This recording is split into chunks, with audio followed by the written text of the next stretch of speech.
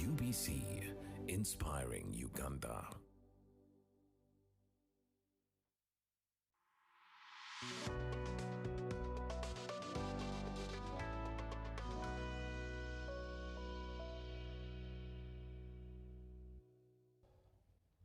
Good evening and welcome to Behind the Headlines. My name is Timothy Nyangweso. Even as we get closer to the 2026 elections, the biggest question is, what do you understand by civic education?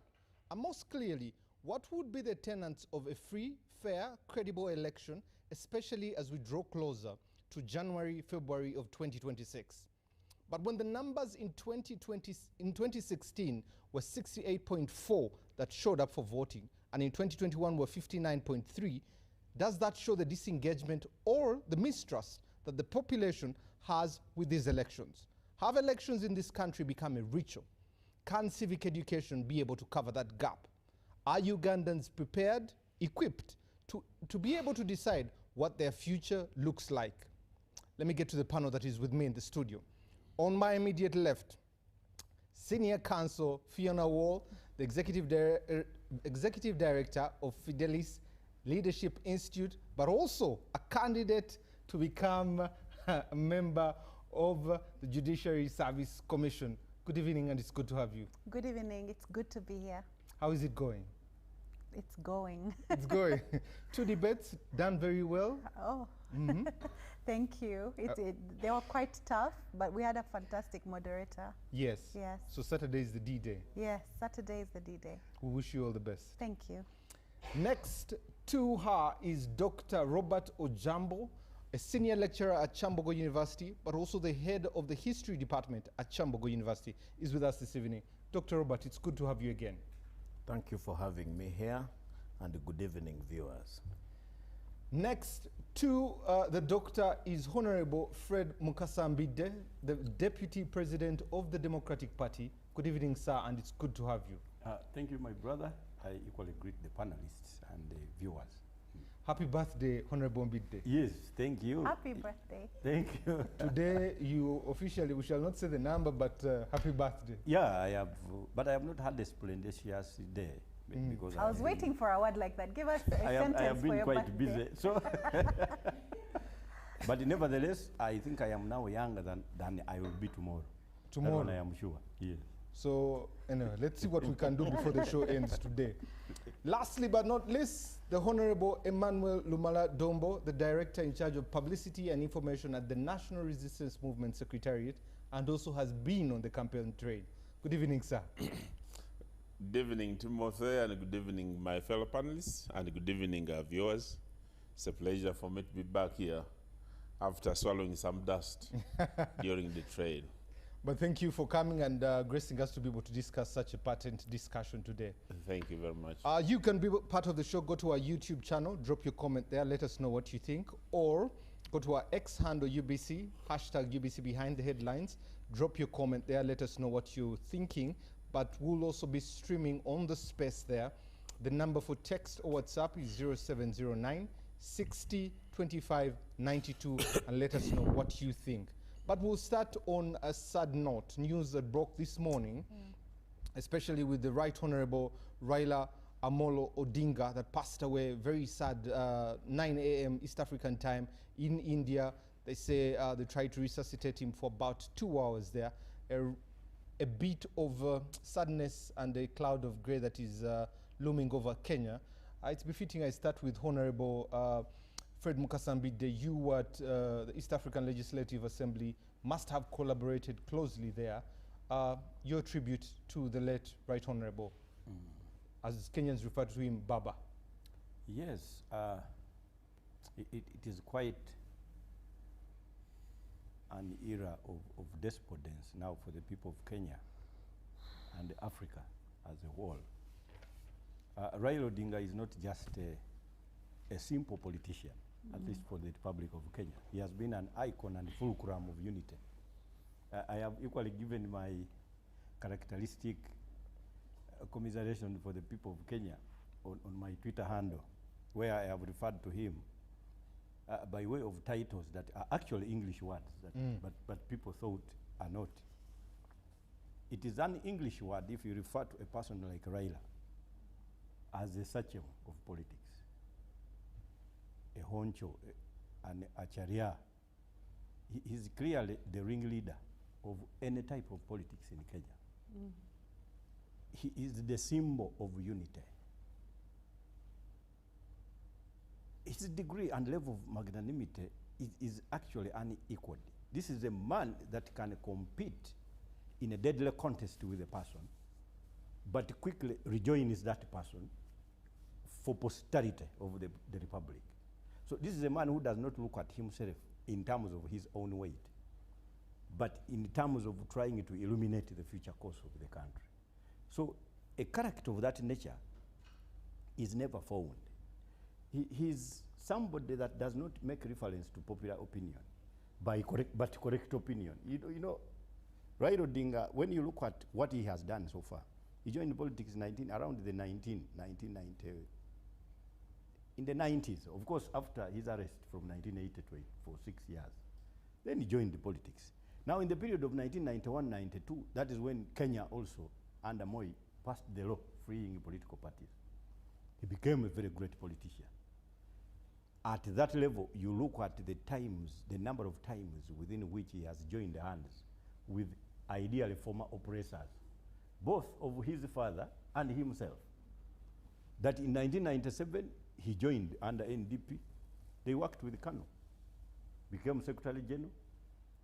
In the 90s, in the 2000s, created a series of political wagons that would definitely make sure they either create peace for Kenya or at least posterity for him. When you look at Raila and his past, it is a complete enigma. You do not know the dichotomy between the fighter, who is Raila Odinga, and the peacemaker, who is the same person. You find that he's a person who agrees with you, and behind him, a whole community has agreed with you, whether or not they have actually studied the context of the agreement itself. I remember when they had enacted the draft constitution for Kenya, particularly the one of 2010. He signed quickly. Now, when the Luo were asked whether they support what he has done, they said yes.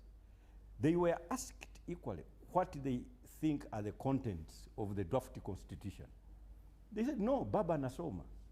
We are sure for him he read it, so we are behind him. You can imagine that kind of belief. We don't have that kind of character here in Uganda. In Kenya, a saying that when cobwebs unite can tie up a lion applies in terms of the political leaders of Kenya. That once they generate unity, they can dismiss a government by way of a vote. Here in Uganda, we have cobs without webs. They can't even tie up a rabbit, even if they united 20 times. Now, that is the kind of difference that we have. So the people that have created that have actually been led by Raila. He was the fulcrum on which government was actually evolving. I don't know what the future holds for Kenya. Because this government would be no more without his attention. I don't know what will happen now that he's away. Thank you very much. Honorable Lumala Dombo, you, as the National Resistance Movement, especially your principal, has been able to interact with him. Your tribute to the late Right Honorable Raila Odinga. Timose, I want to join the world in mourning Raila.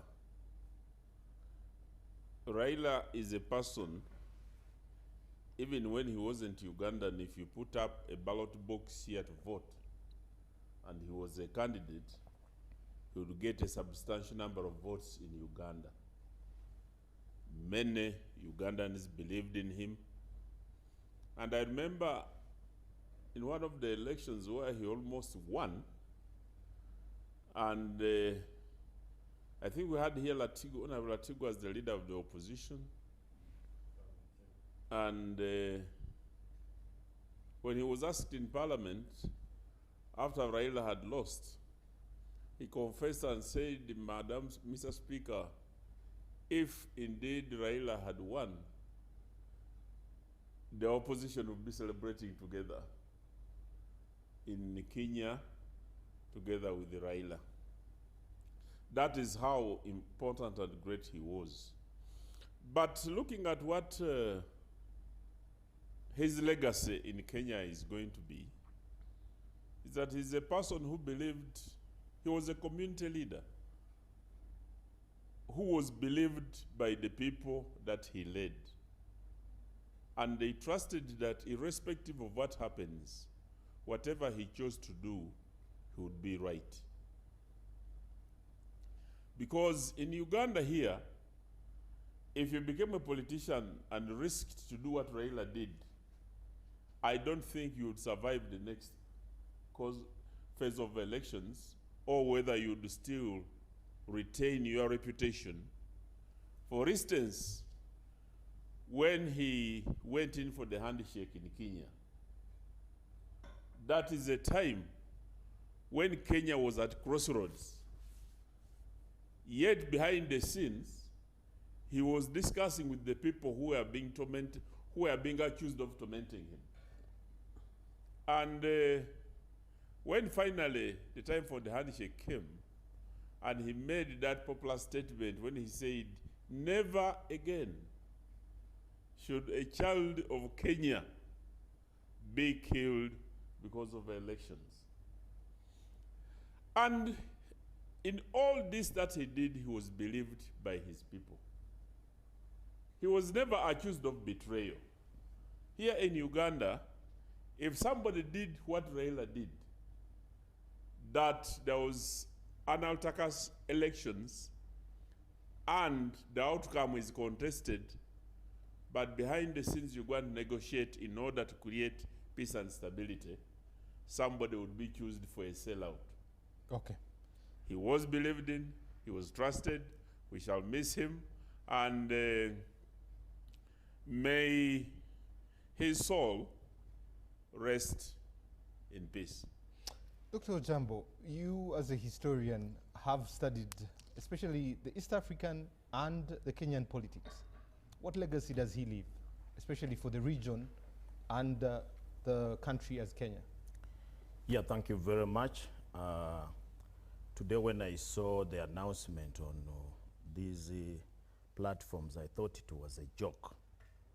So I went to check on his bio, on his handle, and I saw born 1945 and died in 2005. That's when 2025. that's when 2025. That's when I confirmed this man is a total politician.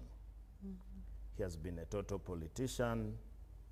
He studied engineering, but I think he did not master anything engineer in his class. Yeah, he studied engineering. So he mastered instead politics, and he became a total politician who in Kenya has been believed that he does not make mistakes. And that's why he got the name Baba. Of course, he has gone through a lot of trouble. Turbulent politics, characteristic of Africa. He's lucky to live up to today, because when he was in the committee, he was in very dangerous conditions. That prison called the committee is a dangerous prison in Kenya, especially during the time of Kanu and earlier. So that's survival. And you know, people who don't know the history of Kenya normally mislead Ugandans that Kenyan politics is tribal. Raila would shock you. Raila had more support in Mombasa than in some districts of Luoland. He had a lot of support in Nairobi. For instance, he has been a member of parliament for Lang'ata, and Lang'ata was in the city of Nairobi. Cosmopolitan, all societies there, but he was able to convince them. The other thing about Raila, he associated with the common man. He was a guy who was born in an aristocracy of some sort, because his father was the first vice president of Kenya and a very rich man. But his ways associated with the common people to an extent that common people thought that he was their representative. At the same time, he was a bureaucrat, a very serious bureaucrat, who had a lot of friends in the world, to an extent that when Kenya would have an election, America would be worried, and many other countries in Europe, because of what he stood for. But I want to differ a little bit from my colleagues here. Even in Kenya, there are some people who today may not be mourning because Raila has died, but they may be saying, okay, this is the time for him to go. For example, on many occasions, he has been accused of being a conman politician. In fact, recently there has been a story that Raila choreographed his loss of election in the last election because he always wanted to play a second fiddle. There is that group of people. If you listen to them, there are very many, and they believe in that. So Raila, like any other person, and you know in Africa, people don't want to talk bad things about a person who has died, but they are also, like any African politician, there are so many things that he has done, but in all, Raila has been a politician who, as Ojambo said, would contest in any country of East Africa and win an election. Lastly, Council Phiona, your tribute to the late. Thank you so much. It's an honor to say something because for me, there are very few people alive today that have spanned colonialism and seen East Africa through all its independences, seen us through the first leadership that we got post-colonial, and participated almost in each and every one of those issues. But for me, I saw a different face of Baba Raila. I met him when I was working at the East African Business Council as a director. The East African Business Council negotiates for the East African community, and the vision of the CFTA, there's nobody on the continent that embraced it like Baba Raila. And what he did was canvassing this whole continent to campaign for this CFTA before he even had any role in it. In 2018, I started something called the Kampala Business Conclave, which was targeting educating Ugandans and Africans generally about the CFTA and what that dream would mean for us. The person that was championing the private sector strategy for the CFTA was Baba Raila. When we come to East African community, during COVID-19, one of the greatest champions of trying to fight the trade barriers, and Kenya was a big culprit for all the East African countries, but to see him champion the fight for these non-tariff barriers that were being put up in COVID by all these countries was amazing. But also his ability to contribute to the jurisprudence in elections, that great election petition that is used to, refer to Kenyan judges as very independent as opposed to ours.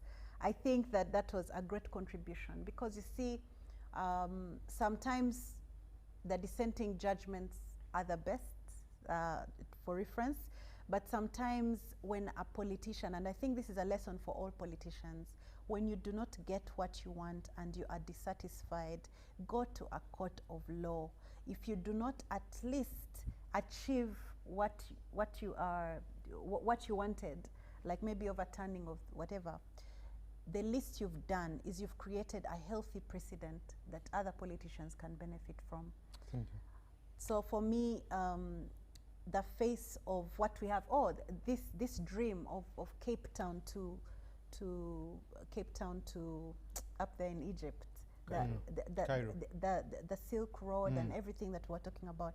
This is also something he championed. He was actually, I think in 2018, he was the head of the African Union Infrastructure, I think, chapter.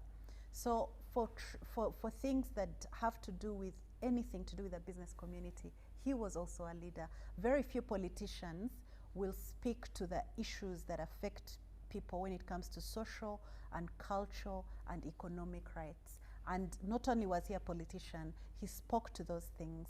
but he was also a great Pan-African. And we've lost an African citizen. We've lost a great statesman, and we've also lost a visionary.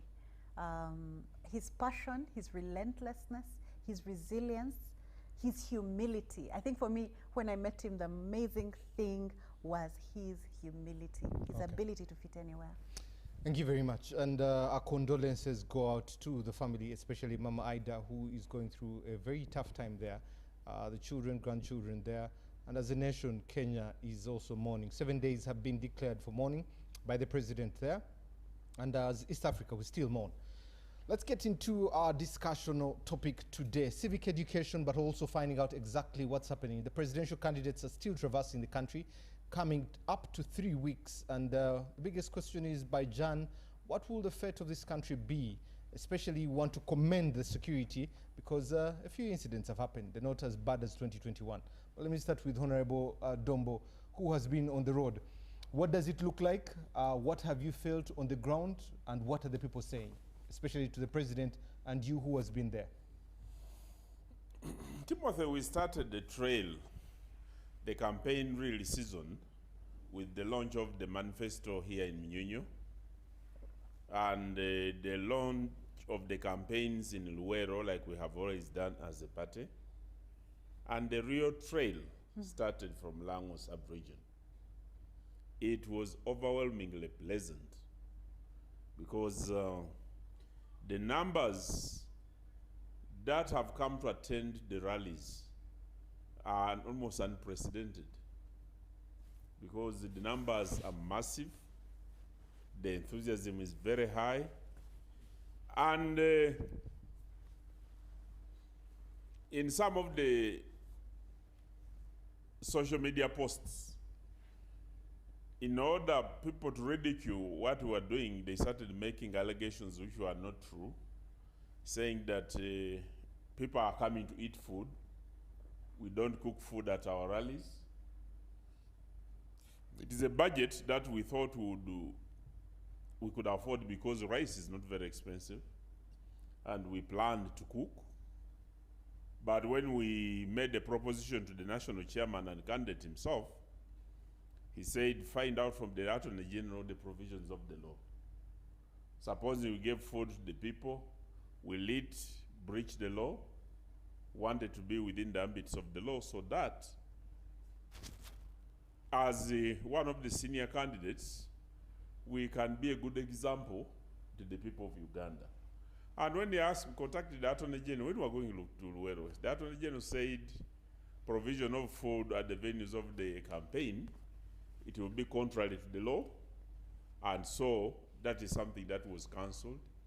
We were also accused of giving people money in order to come and attend the rallies, but even that, even if you had the money, we wouldn't afford, given the numbers of the people that come. Others started accusing the people, the students, some of the students who come at our rallies, and they say all those are students. There is no school, there are no schools in northern Uganda where you'd get that number of people in that particular sub-area where the president is. Even if all students came, they wouldn't raise those big numbers. So, the trail, going through Amolata, where we started. Right now we are in West Nile. Today was, the president was off because of some function he had in Mnyunyu, and tomorrow we shall be resuming the trail. You can see that there has been a very good reception and very positive reception, to the extent that when we were in meeting with some of the members of the party, yesterday they were discussing that, are we discussing winning or are we discussing percentage? So, whereas we are working so hard that we must win, there are people already who are working so hard to ensure that actually what we are discussing is about which percentage should we win with. Honorable Dombo, you've answered a few allegations. How about the allegation of you shipping people to your venues? Doing what? You are ferrying people to the venues. Is that allegation, have you heard of it? Ferrying them from where? From as far as possible to bring them to the venue where you want them to be able to meet the president. Is that a true reflection of what's happening? The president addresses 2 rallies every day. save for very exceptional circumstances, but he does 2 districts every day.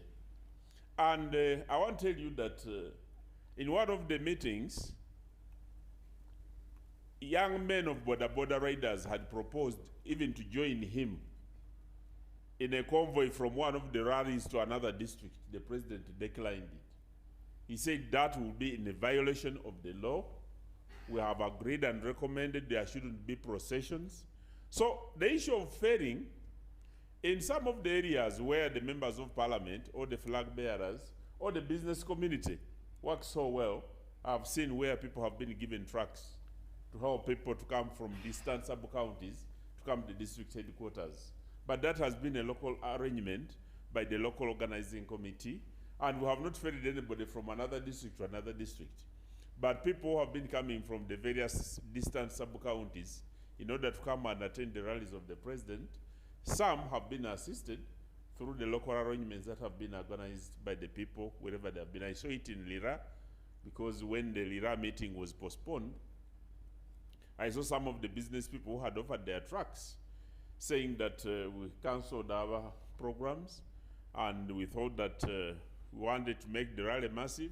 Now that has been postponed, let us go and do some business. Then next time you tell us early, so that when the president is coming, we can help our people to come and attend the rally. So the accusations is not illegal, what has been done, but what the leaders have done is to facilitate their people in order to come and attend the meetings, like I will do in Butaleja when that time comes, if I'm and there. I'll come back to something that happened in Lango. Let me come to Honorable Mukasambide. Honorable Mukasambide, when you look at the population and look at these presidential candidates traversing the country, is this population effectively prepared to participate in this election, from your reading? Not at all. First of all, I doubt whether the population is clearly conscious about what is happening in this election. You see, we have lived a life of politics in which there is always 2 antagonistic forces.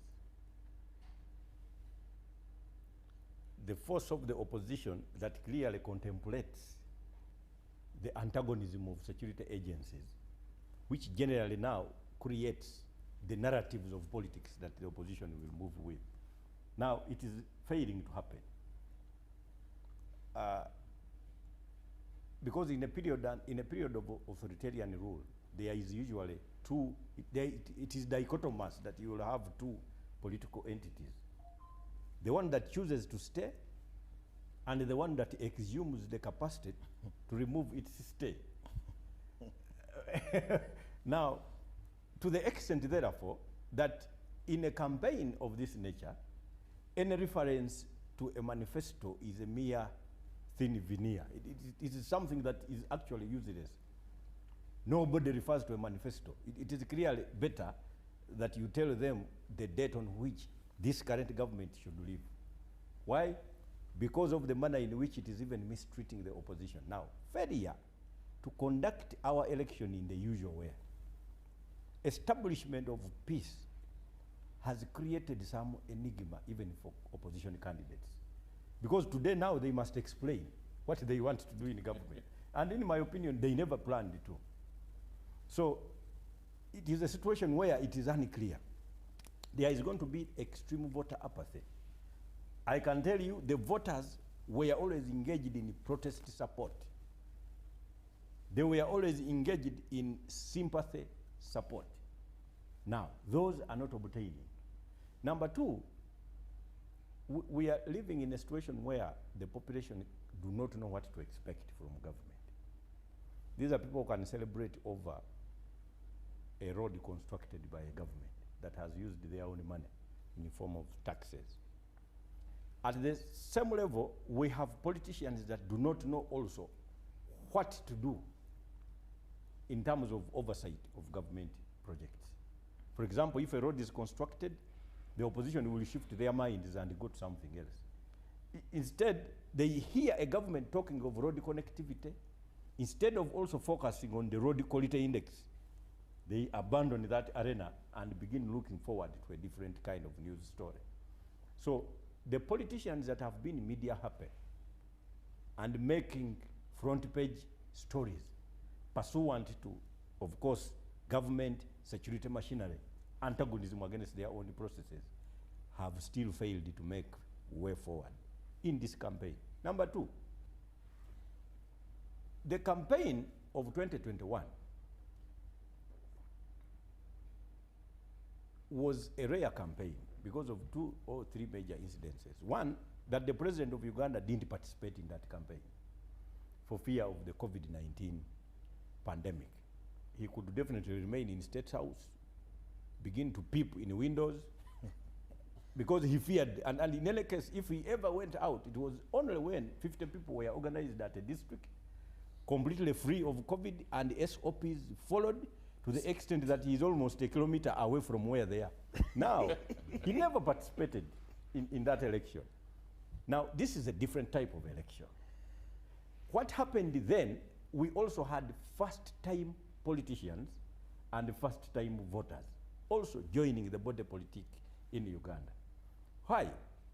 Because we had musicians who arrived into the political arena with their own voters. Now, these people had voted for them. We are voting for them usually for other reasons.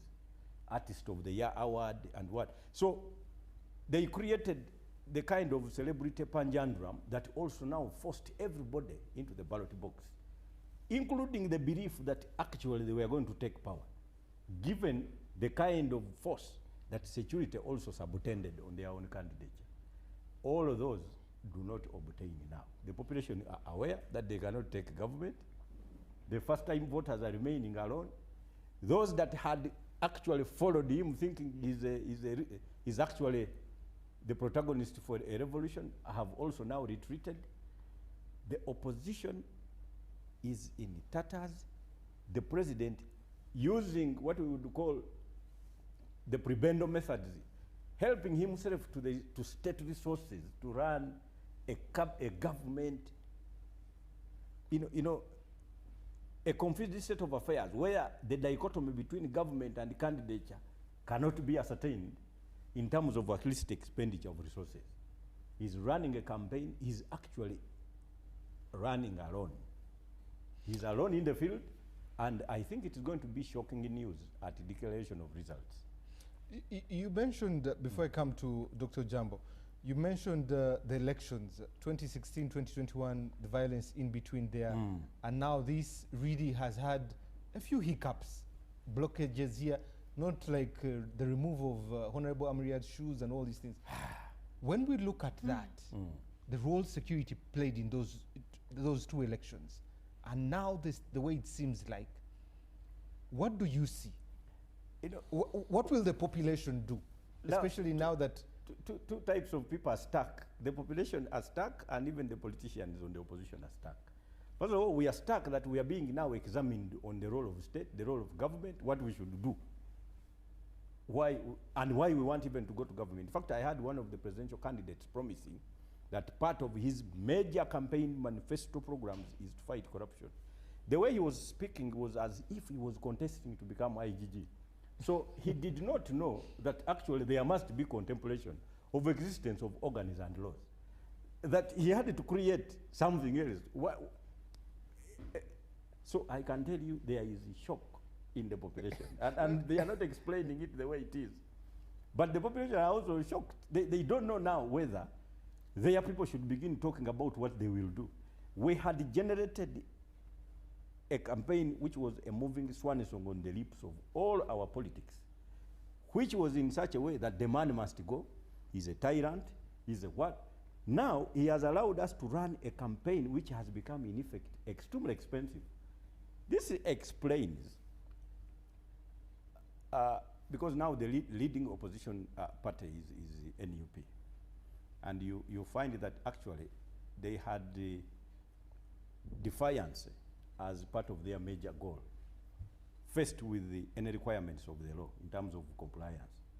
Now, when even funding political parties has been tagged indirectly, because when you look at the amendment of the Political Parties and Organizations Act, it is not succinctly stated that it is tagged, but when you look at the objectives and the powers given to the minister, and the minister's directives tagging party support to belonging to iPod, you find that now compliance is a logical possibility for any. Let me come back to Why? that. Because of the cost of elections Let me come back to that has become. Thank as you, a result Honorable. of enormous. Dr. Ojambo, this is like Honorable Mbide said, this environment seems foreign to our electoral cycle. We are used to a bit of violence, a bit of tear gas here, bullet shot here, the military is on the street, especially for the last 2 cycles. What do you make of this new environment, and will it provide a free, fair, and leveled playing field for everyone?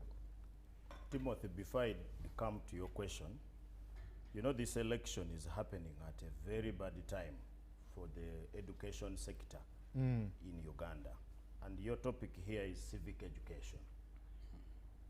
As the president and other candidates are moving around, our children have been home for 1 month. As I speak now, primary school kids in government school are not going to school because the teachers are not there. The students in government secondary schools are doing exams as we speak now. This is the first week of examination when they have not studied. In other countries, this would be a huge question to the candidates. In fact, the poor people I see chanting on these rallies are the ones whose children are not in school, not mine. But they are there singing. So it really points to one fact, that this is a country where probably people don't even know why they are human beings. Not civic education, but they don't know why they are human beings, why they are not goats and sheep and those other things, and they are human beings. Because if you don't know why your children are going to school and the impact it can have in the next 10, 20 years in a country, then we are in trouble. And it sends me to the Constitution. In the Constitution, it was put properly in Article 1. That's where sovereignty of the people is. And that sovereignty of the people can only be if they are knowledgeable. And therefore, they gave duties to institutions. Article 52 gave powers to the Human Rights Commission to do civic education, general civic education. And I think it was purposefully so, because human rights are the custodians of the Bill of Rights, the whole of Chapter 4 of our Constitution in Uganda. I can tell you, they have abdicated that duty. They have never explained to us why they don't do it, whether they don't have a budget. I have not seen any baraza. I have not seen any gathering. I have not had anything where the Human Rights Commission is educating people on civil rights. Article 60 gave another duty to the Electoral Commission. And in both of those articles, it is subsection G's that give that responsibility. But the Electoral Commission was restricted to electoral or voter education. The Electoral Commission, like her sister, the Human Rights Commission, have also abdicated that duty. In fact, the Electoral Commission only becomes alive when they are declaring a constituency, they are registering voters, and conducting elections. Like now, they are very busy. After election, they go to leave. They only maybe go to court to respond to petitions and organize for by-elections, and that's all. And the people are okay with it. Nobody questions these gentlemen and ladies that, excuse me, you're organizing an election, but the people don't know why they are going into this activity. At the end of the day, elections have become a fishing ground for poor people to go and also find something, especially from the government candidates who have bags of money. then ask for districts and constituencies and these other things. They are not talking about issues that really affect them in an election. Issues of unemployment, issues of human rights abuse, issues of education, issues, so many things. So when they go there, they are going there, and even the candidates say, I was very happy. The people came to thank the president. The people came to thank the candidate for having created a district, for having given us a road, as if that is a favor. If they knew, like I do, that is not a favor. If somebody is doing their work, you can only applaud them, but you cannot chant them as if it is a favor. So coming back to your question, why is this election not like other elections that we have had? You see, even ignorant people sometimes decide to do certain things rightly. And I don't blame them. Why should they get interested in things like this? Wait, now it is presidential. It's going to be MP, local government, and so on. I would ask you. I used to teach at the University Local Government Administration in Uganda. What we teach is different from what happens in society. For example, the people in local areas know that it is MPs who are supposed to build the schools, to buy ambulance, to construct feeder roads, to put boreholes, and these things. And yet, this is a duty of local governments. More so, LC3, which receives a budget, or the division. In fact, for me, in my own view, LC5, those ones are just Father Christmas. They sit in meetings and agree, like, just like this KCCA of Lukwago. They sit there, argue, but do they have a voice? Do they have the money? The money is at the center. The little that come goes to the local government, LC3. Even the PDM, you have seen where it has gone. It has gone down there. So the LC5 is just gaping. So in my view, you find that people, and Timothy is not true. What Mbide is saying is not true, because we are all Ugandans. We watch what is happening. In fact, in Uganda, I pity anybody who thinks about being an oppositional politician. It is terrible. When you watch, and the good thing, when the president is in the north, these other characters have been put in other places. So there is no commotion. You see it very clearly. You watch a rally of the president and how his people are moving, peaceful, guarded by policemen, helped everywhere. When you watch the other side, it is a fight.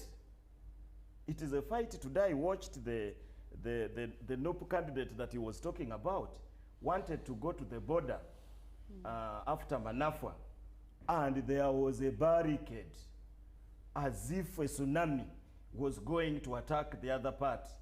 And therefore, the candidate was wasting time to fight with a barricade which had been created by police. Is that the way we are supposed to carry out elections? I fear for people who go in Uganda here that you want to oppose government, especially not only Uganda, in Africa. Bide is saying, Dr. Ojambo, Bide is saying, Dr. Ojambo, in the past elections, he would be in a police cabin going back home. No. Let me tell you. I need also to explain. I've done Dr. some Ojambo, time. allow him to interject, then come back to you. Usually, this is what we do for us on the opposition. And you are going to see a lot of such when, for example, the opposition candidates get to Kampala. In order to generate the otherwise would be the true politics that we want, we are going to go against all established rules. For example, they tell you don't go via Kampala Road. Instead, go via Nasa Road.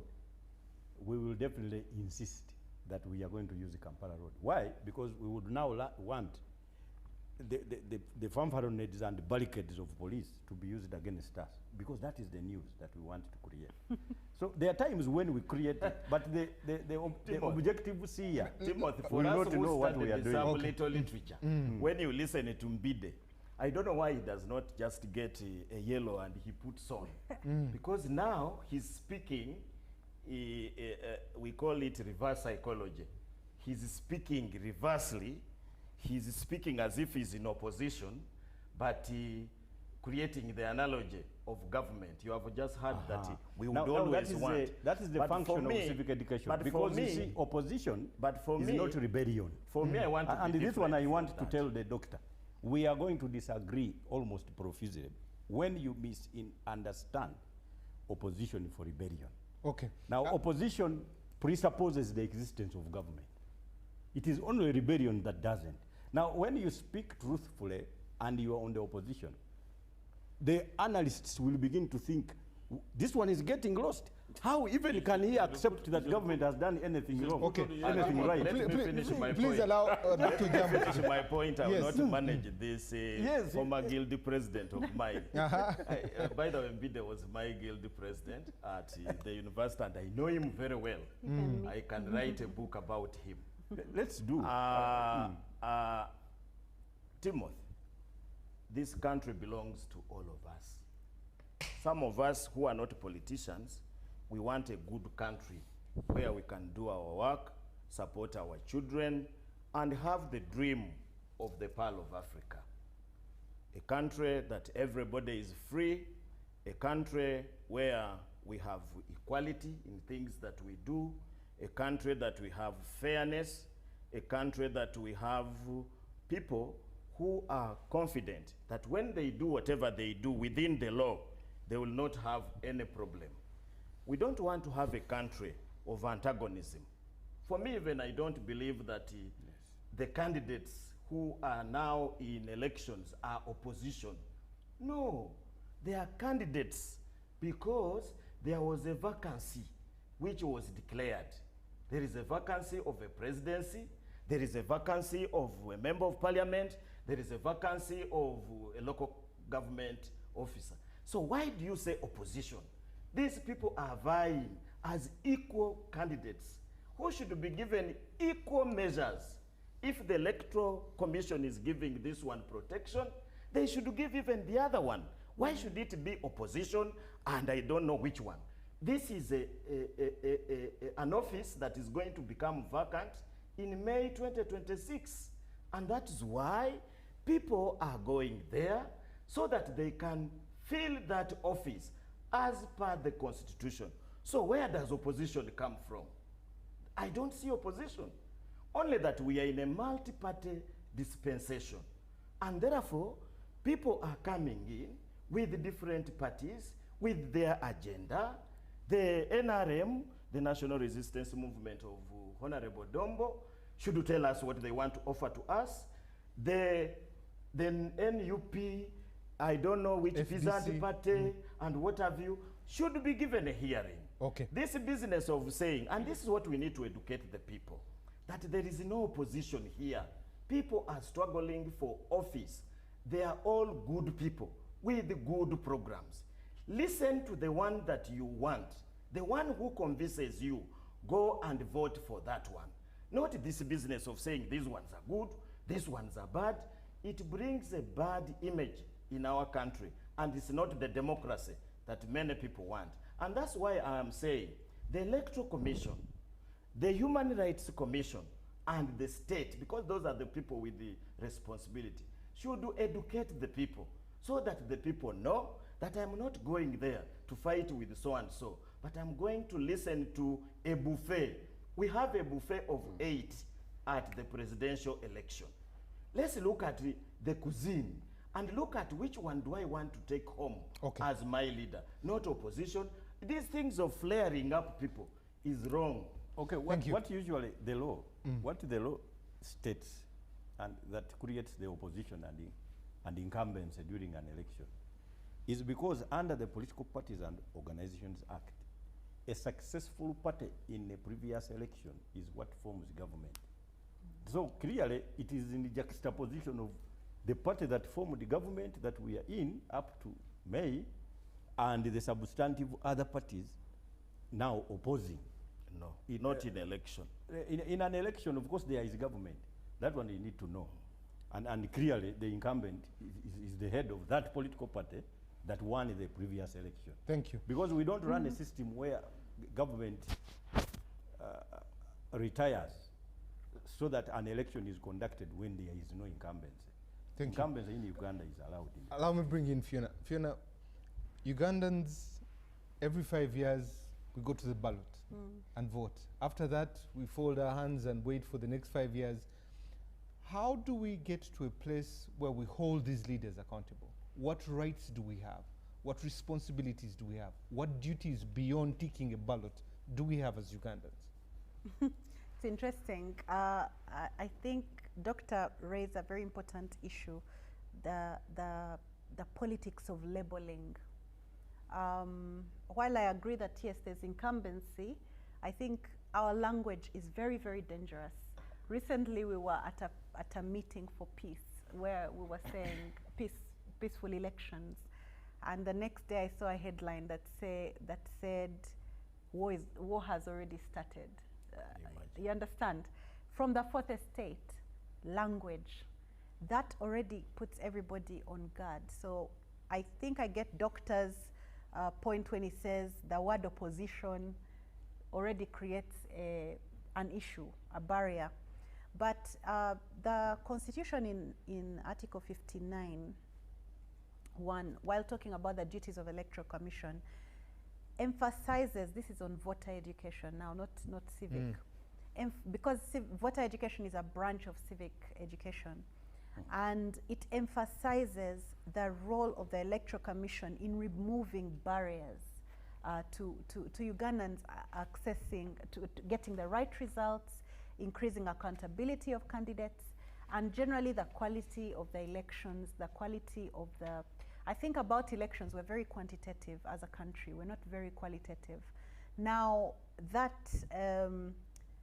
hallucination you talked about, every 5 years we wake up and we're like, oh, you know, there's all pandemonium, we get sugar, then we vote, and then we regret it the rest of the 5 years. We make resolutions and we forget them. Yeah. First of all, I think it's human nature. I've not seen a democracy around the world that has worked perfectly. In the ideal way that the late Professor Kanyehamba looked at it in his book on constitutionalism in Uganda. So the aspect of what should happen, I think that it starts with our biggest problem in this country, and the biggest problem is apathy. The apathy comes from a hopelessness, it comes from ignorance, and it comes from the duty-bound stakeholders not doing their work, not agitating enough for their budgets. I'm always talking about having 0.82% of the budget to this great process that speaks to, by the way, civic voter education does not only speak to changing guards from the smallest level. It speaks to accountability. It speaks to how do we get what we need as a people. It speaks to what is our ideology, what is our foreign policy. In other jurisdictions, by the time the candidates get to the debates of different, by the way, they don't do only presidential debates. I feel like Ugandan elections are so skewed to only the presidential debate. In fact, voters rarely turn up at all for other elections. We're saying 67%, but this is an average for maybe the presidential elections. Now, what happens is that when there is a vacuum of care, when there's a vacuum of passion, it's also indicative of a vacuum of knowledge, a vacuum of being equipped to understand. Doctor's question is very important. We have asked this question for the last 15 years. Why was civic education removed from schools? That time, actually, the Ministry of Education had taken it on as their role. Now, the Human Rights Commission is understaffed. It's run by commissioners.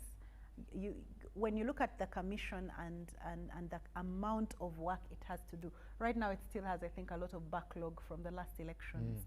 I do not know whether they are able to ensure that civic education is done. Maybe they need to be like the EC and accredit organizations and then supervise.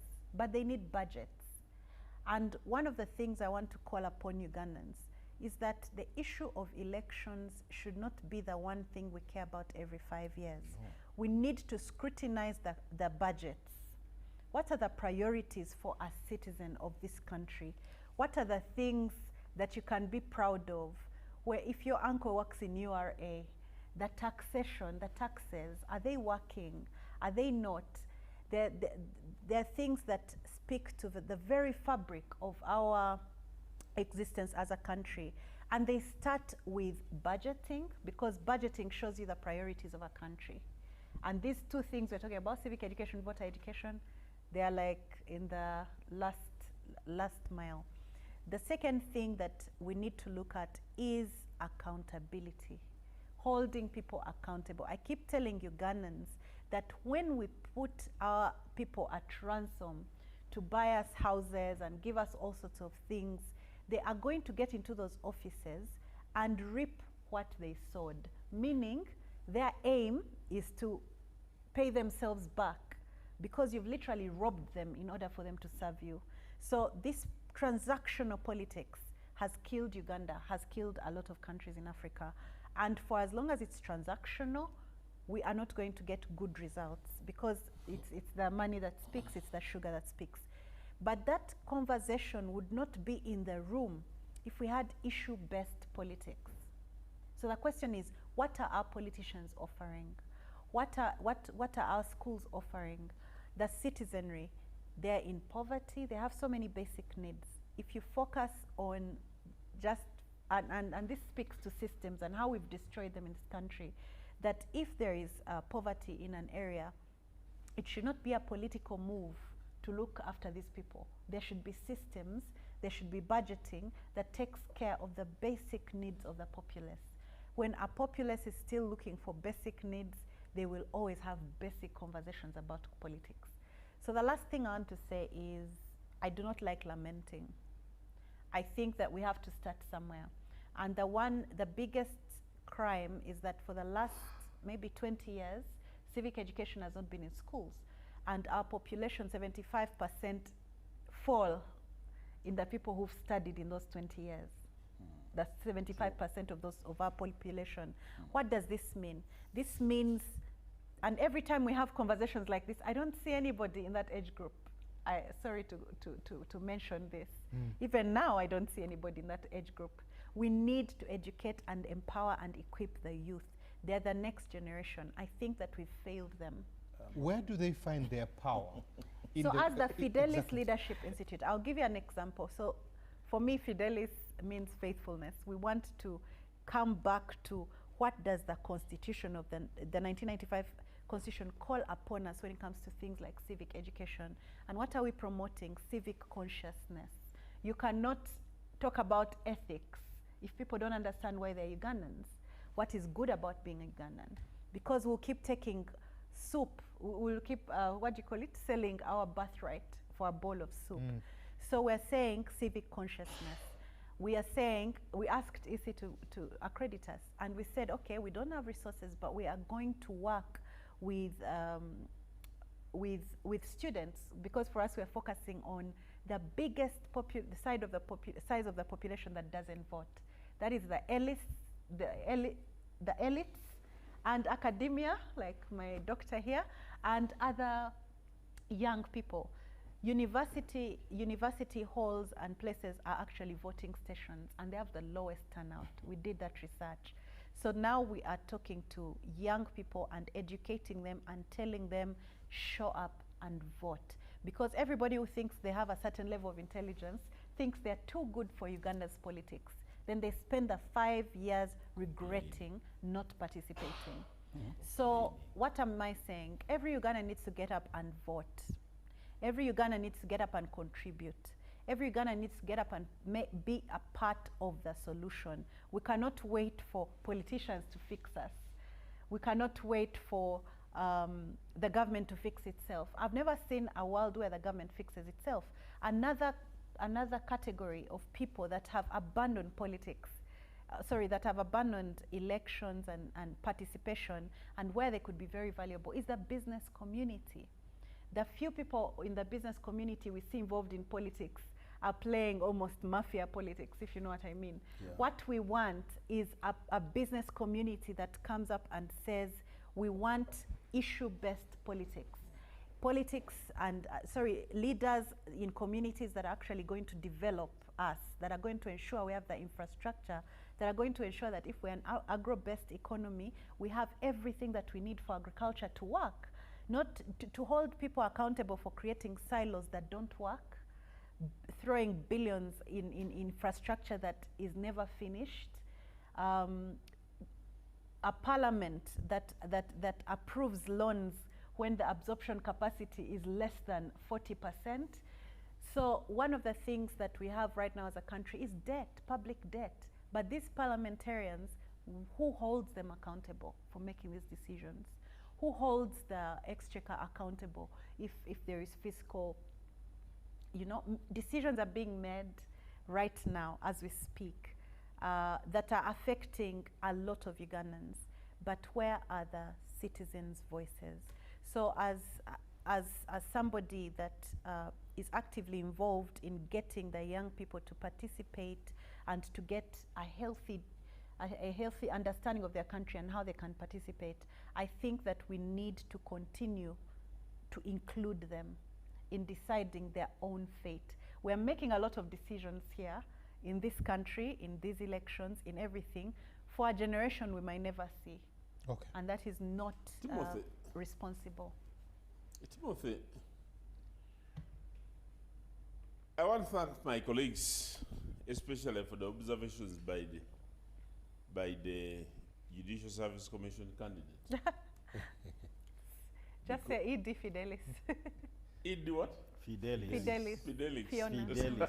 Oh, say Phiona. Because when you look at the structure of the Human Rights Commission, do you look at it that it has the structure and capacity and manpower to conduct civic education in the whole of the country? Because some of the decisions that we make are real jokes. Because we want everybody to get educated. And education is done in schools. But you get a commission which is isolated in Kampala and you give it a responsibility. Okay. It's a constitutional responsibility. Would need to amend. Yes, that's what I'm telling you. That although the Constitution makes that provision, the reality is that it doesn't have the capacity to implement it. Here, I have a card. I don't know whether when they knew that you had invited me for this program, I received a card in my card. It says the Board of Directors and Management of Ushahidi Foundation, Uganda, with great pleasure requests the company of Honorable Emmanuel Ojambo to the launch of the voter education sensitization campaign at Hotel Africana on Thursday 16th. This is an invitation. In October. Yes, in October. And I don't know when it will be. I even don't know who Ushahidi is. I will find out when I go to attend. That's something I wanted. But also, the doctor here raised something when he was making his submission about the apathy or the quality of people, the way they are not responding to issues, for instance, the strike of the teachers. Yes. And he was equating them to something I don't want to repeat. I want to tell you that Ugandans are conscious and they know. The Ugandans are aware that if 2 years ago, we locked out schools and lost the whole 2 years. But the world did not end. Okay. But they are also conscious that governments are limited, have limitations. We are talking and budgeting and planning within the available limitations that we have, and the government which will not create money or does not have the ability to print money because it has requirements and needs. You just have to do your priorities depending on the size of the quantum of the budget that you have. Honorable, let's take a break. But before we take a break, let me read some feedback that has come through here. This is Jablano from Lira. Says, good evening, Timothy. I want to start by paying tribute to Baba Odinga. May his soul rest in peace. About the topic, civic education really needs very much calm environment in the interim of social welfare. Trust, which is a big percentage of the citizens currently may not be having in the persons that are campaigning. Every single effort looks to be an opportunity for politicians to confuse Ugandans. Finally, my suggestion would be, let us start from primary education. Absolutely. The political education will be reinstated in schools like before and correct our politics through the citizens, okay? Someone else says, Honorable Dombo, there was a huge procession by the NRM supporters in and around Arua district. Wasn't that against the laid down guidelines by the EC? I was there personally, okay? Someone says, can it be possible that the poor voter in Lango can have a bought yellow attire to appease Museveni, and government is bribing people instead of using the money to pay teachers equally?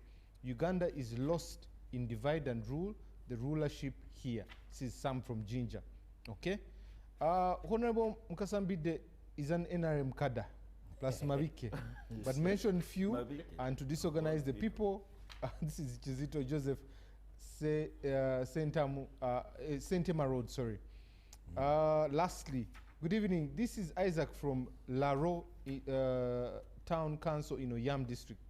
So Mr. Dombo should learn to tell the truth. In Oyam, 3 cattle were slaughtered and people struggled for them.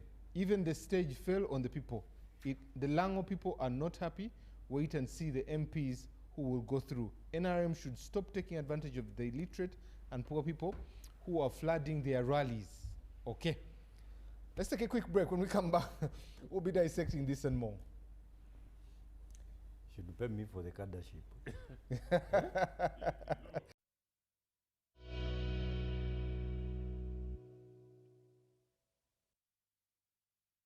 Ugandans, the unstoppable internet deal of deals is here with MTN Wakanet Fiber. Connect your home with our starter pack of 100 Mbps at only 99k. And if you want more speed for less, we've got you. Get the 200 Mbps at only 129k. And the fastest one yet? Enjoy up to 500 Mbps at only 250k. To sign up, use the My MTN app or dial *100 *23#. Offer is valid till the 30th of November for both new and existing subscribers. Together, our connection is unstoppable.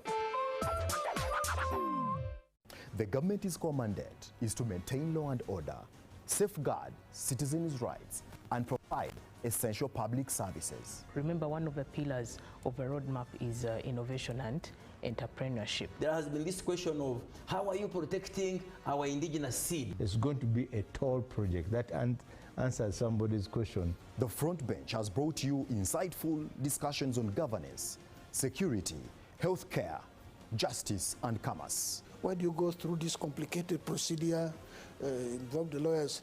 You bring the case against him, the judge will hear you out and pass judgment, and you're out of court in record time. We remain committed to keeping you informed and engaged on key national matters. So these are huge, these are powerful organizations which now Uganda chairs. Why don't you come together? If we haven't migrated to the e-card because of various reasons, including that not all the people of Uganda have smartphones. You can sit in your house, apply for a passport. If you have a Ugandan who has a successful logistics firm in the US, it means he can come to Uganda and do a lot more. Every Monday at 8:30 p.m. with me, Jethro Kasaiji, your interface with the government only on your public broadcaster, UBC, Inspiring Uganda.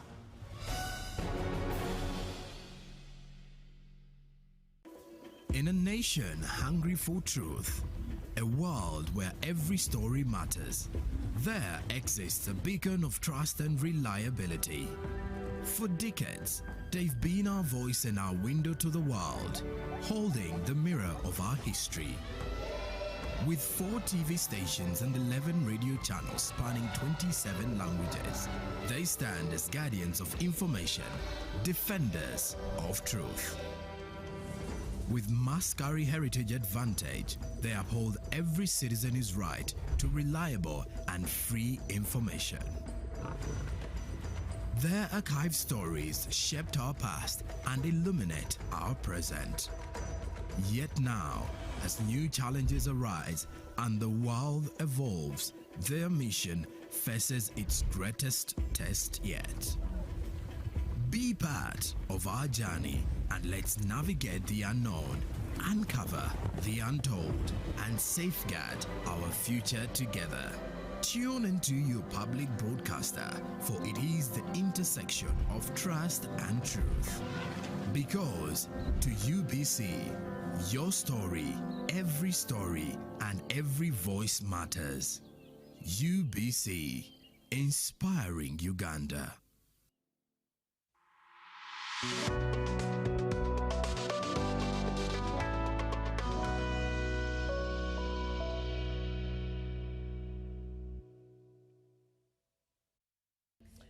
Welcome back from that quick commercial break here on Behind the Headlines. My name is Timothy Nyangwe, so I'm joined by Senior Counsel Phiona Wall. I'm joined by Dr. Robert Ojambo, Honorable Fred Mukasambide, Honorable Emmanuel Lumala Dombo. And we're discussing civic education in hindsight of the elections as they become and begin to roll on there. But also want to look at the pre, during, and post-elections to be able to see exactly what would be happening. Dr. Ojambo hinted on something. Next week, we'll have a flood of candidates aspiring to become members of parliament. What does that mean for us? We'll jump into that in a short while. But let me read 2 that have come through. I really like the program. However, you had a question to Honorable Dombo about transporting people from one place to another. And he was saying, no, they do not. Good enough, I am a son of the soil, right here in West Nile. More so witnessed the recent rally in Arua City, where the people were transported from Arua district to the rally venue, and I could justify. This is Ronald, okay? Thank you, Ronald. Thank you for the program. I'm Stephen from Bali. I'd like to register my disappointment about the politics in our country.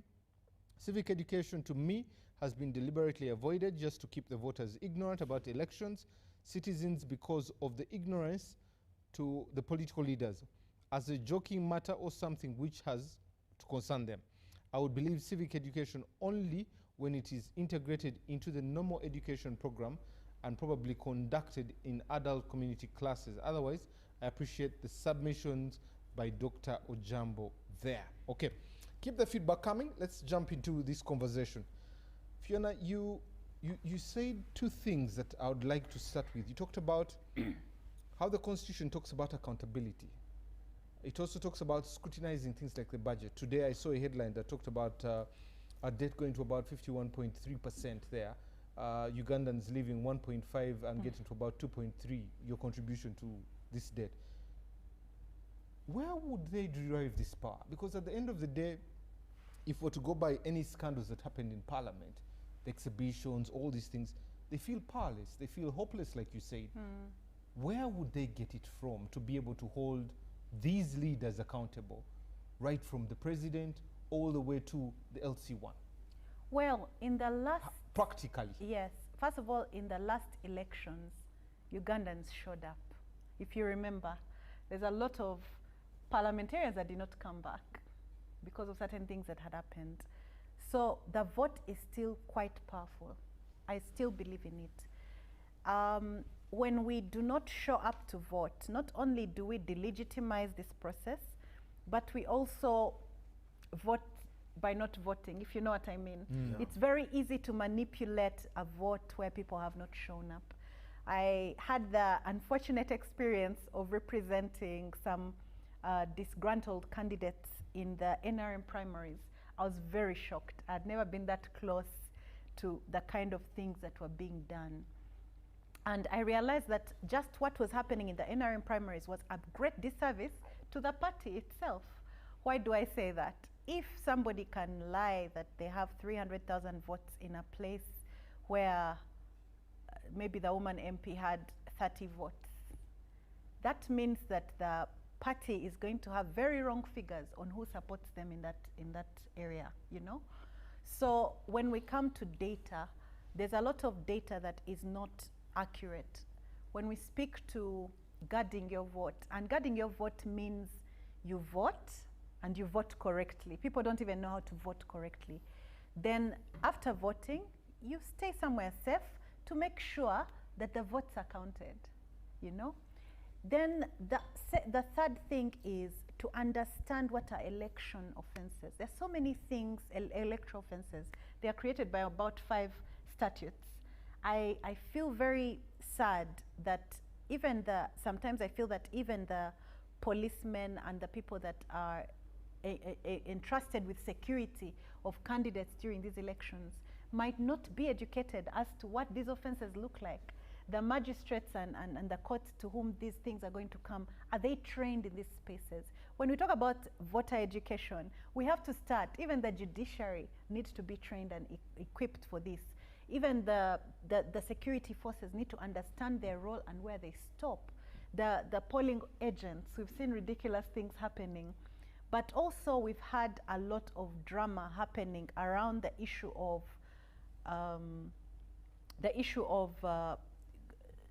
we've seen a lot of this. You asked what's unique in this election. I've seen a lot of breaking up of parties, of political parties. And what this is doing is also, I think, diluting, right? Diluting what Dr. would call the opposition.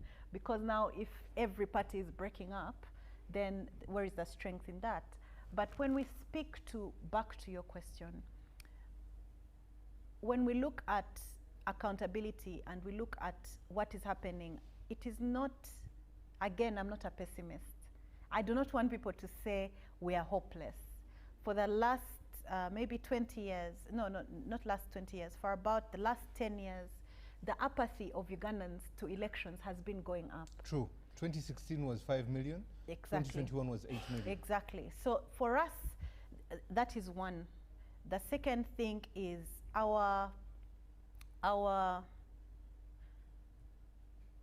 don't know what I should call it, our short-sightedness on issues that affect us. And when I say short-sightedness, I want us to study the public conversations that are going on. We only wake up around this time. It's very unfortunate that the Electoral Commission has just actually gotten the budget now to commission people, and they're saying, now go forth in October and teach, you know, and yet the election process has already started, you know, the nominations have happened, everything has happened. So what am I saying? We need to understand as Ugandans that we have a role to play from the beginning to the end. Right now, we should be having a conversation about 2031 elections. Right now, there should be a strategic plan by EC on how to ensure that even the youngest Ugandans will be on that role. We live in the time of technology. We had people correcting the registers when? It was very, very early. There's so many people who have turned 18 this year and they're never going to vote. They're not going to vote. So disenfranchisement, the aspect of the accessibility of the register, how are we helping people to do that? Why is it that in this day and age, when we have all this information out there on what is happening, why is it that the police, the anti-corruption agencies are not coming when you have those, what did you call them? That was happening on Twitter, that was showing what was happening, for instance, in Parliament. Why aren't there investigations? Why aren't there, you know? But then also educating the populace that it's not enough to be a social media, should I say, fighter. Don't take your words out on social media. Report crimes.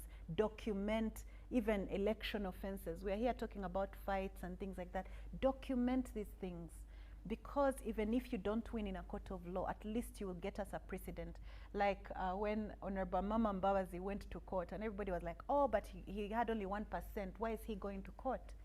That decision that came out led to a lot of recommendations that have actually, I think, partially been implemented. And that was probably one of the most useful petitions that we've had in the country in a long time. Thank you. Dr. Ojambo, when you look at the 2026, actually come all the way from 2001, there was the Besigye effect for about 20 years there. Last election, 2021, there was a wave of people power and the Honorable Chakulani. When you look at this election, what will influence it? What are its drivers? Yeah, as we started this debate, we said this is a unique election. It is unique. Before the election, there is a number of things that have happened. For example, the bedrock of democracy, and for our case where we are a multi-party society, would have been multi-parties. But multi-parties in Uganda have become vehicles for special purpose, where people don't join multi-party or a party because they believe in its ideology, but they look at which party am I going to use to go to parliament, which party am I going to use to become a councillor. And because of that, there have been a lot of problems. Prior to this election, you remember 2001 elections ended horrendously. It ended with so many deaths of people on the streets of Kampala and other towns. So many young men were abducted and taken to places where we don't know. Up to date, they are demanding them, and we don't know where they are. There have been a lot of horror happening in our country. For example, you have seen these political party offices being ransacked by police. For which reason, I don't know. They say in most cases that they have committed offenses and never sentenced any. And because of that, just you going that you want to join a political party. I'm lucky I'm a civil servant. I'm not supposed to be in any political party. But just the mind of joining a political party, especially the party that is not in government. I don't want to call them opposition because they don't have anything they're opposing. The party that is not in government is criminal almost in our country.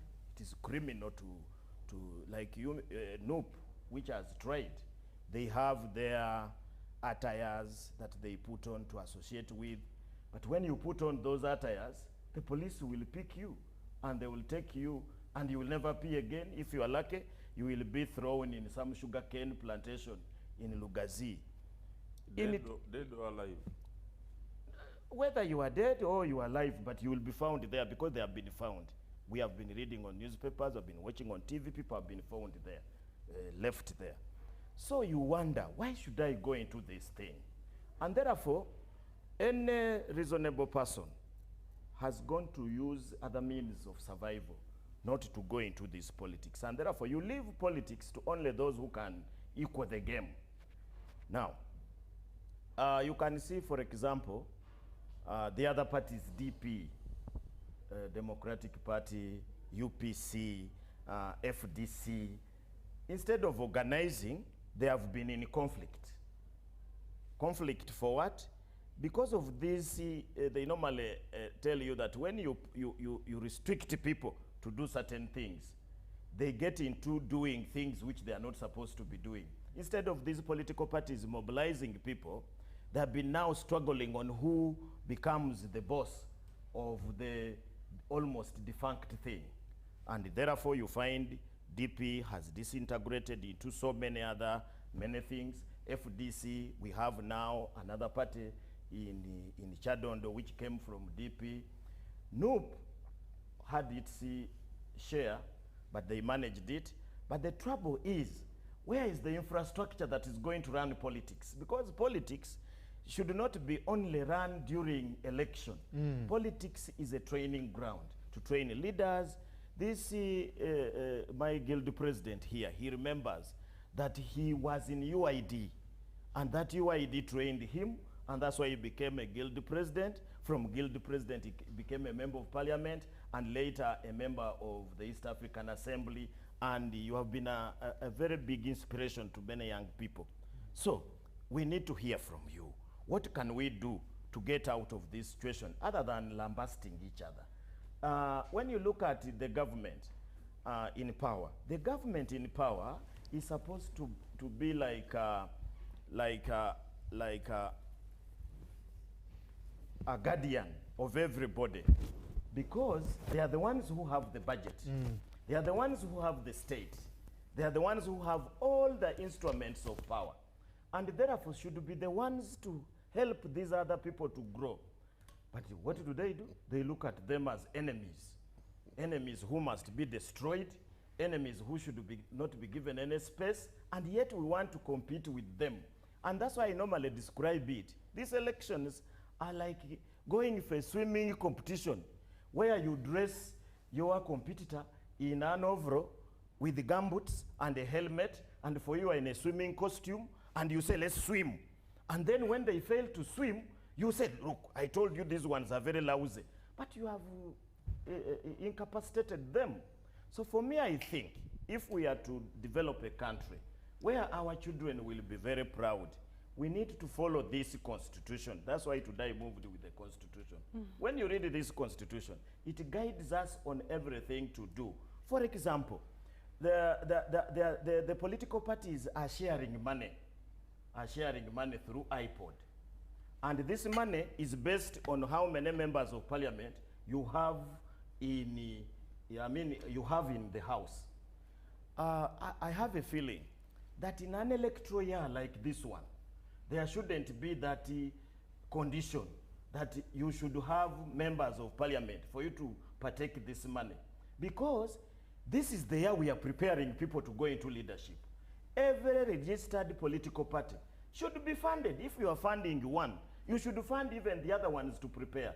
But now, if you go to Honorable Dombo's rallies, you will see a lot of government vehicles there. You will see a lot of government vehicles there. LG, these days they have a new number, no case. But let an LG person go to a NUP rally. There is now LC5 of Luero, who is serving, who has been taken to court because he appeared in a NUP rally. Why doesn't that same body go and arrest the ones in Lira, in Arua? We want equality so that we produce good leaders. So that you encourage people like me, that I can now also say that let me go for these things. The way things look, I cannot step there.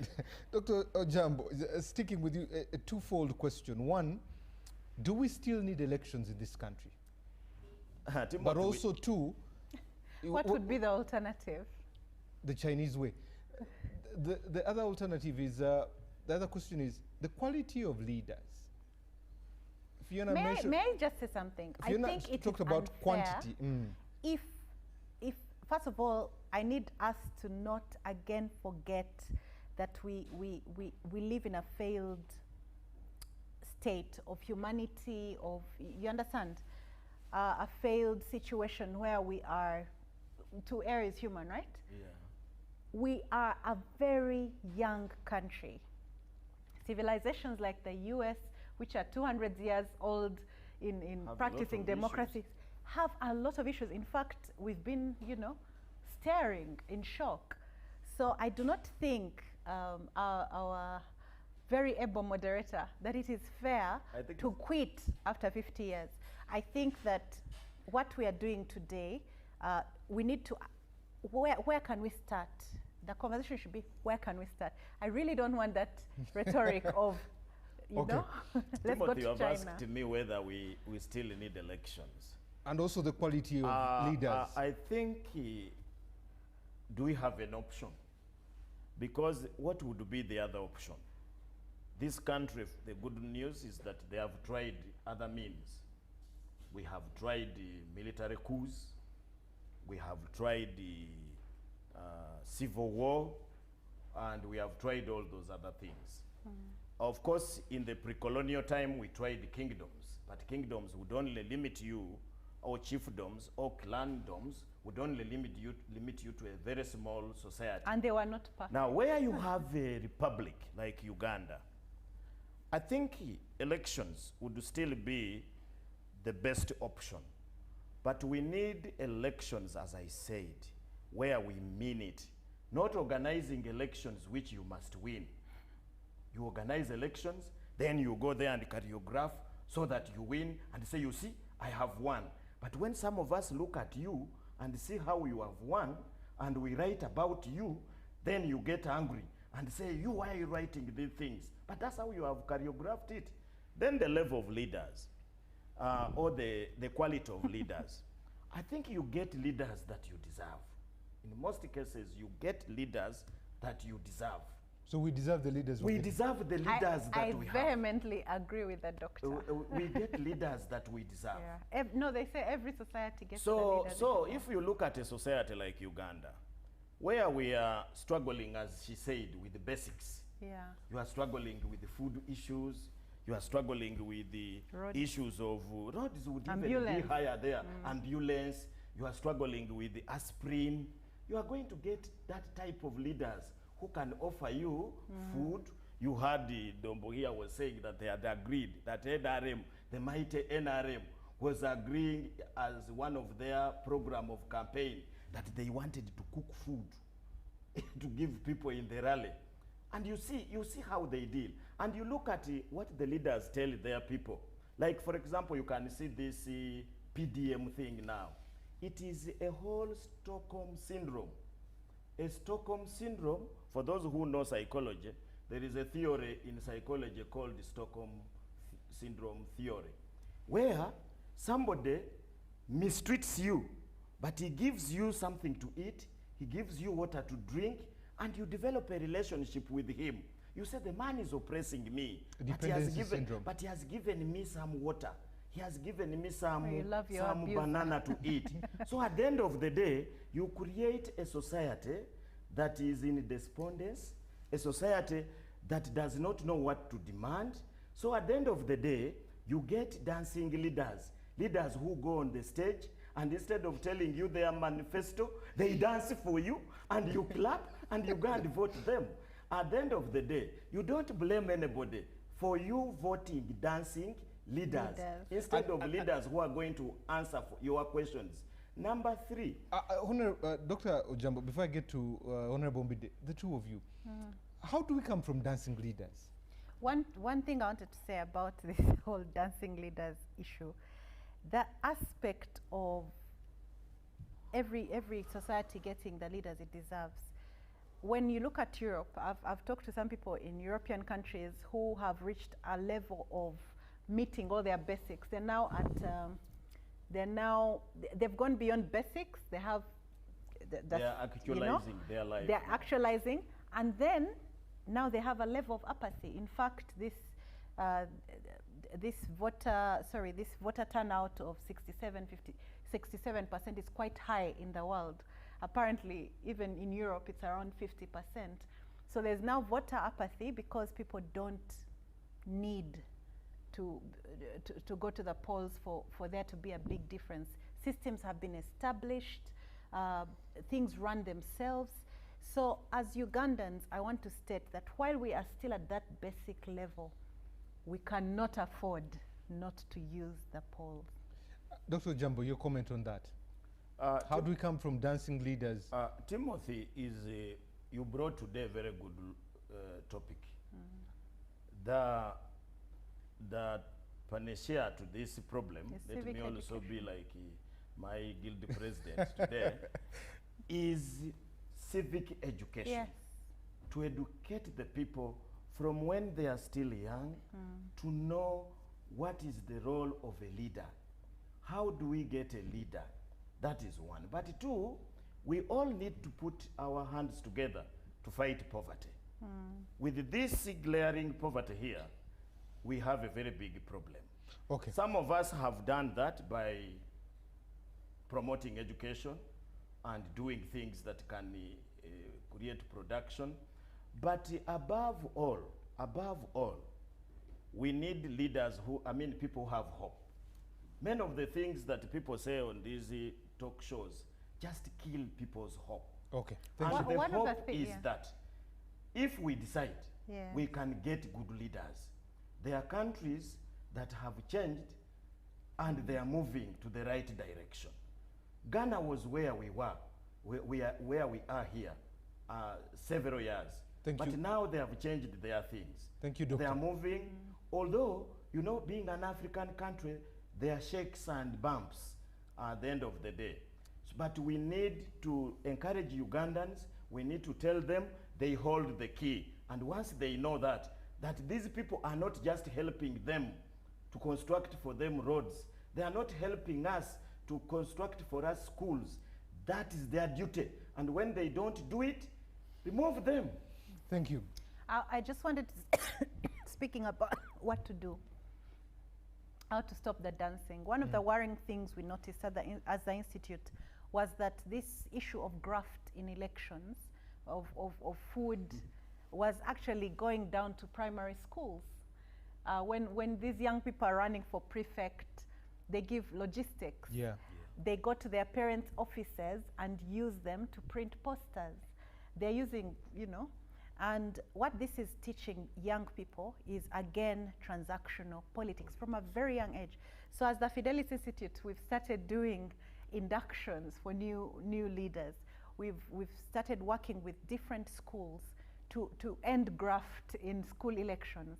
But this is how damaging our leaders have become, that whatever they're doing up there, the little children are seeing, because they do what we do, they don't do what we say. So we might sit here and speak until the cows come home, but as long as we're doing the wrong thing, it will seep down into our children. And the people that will suffer are actually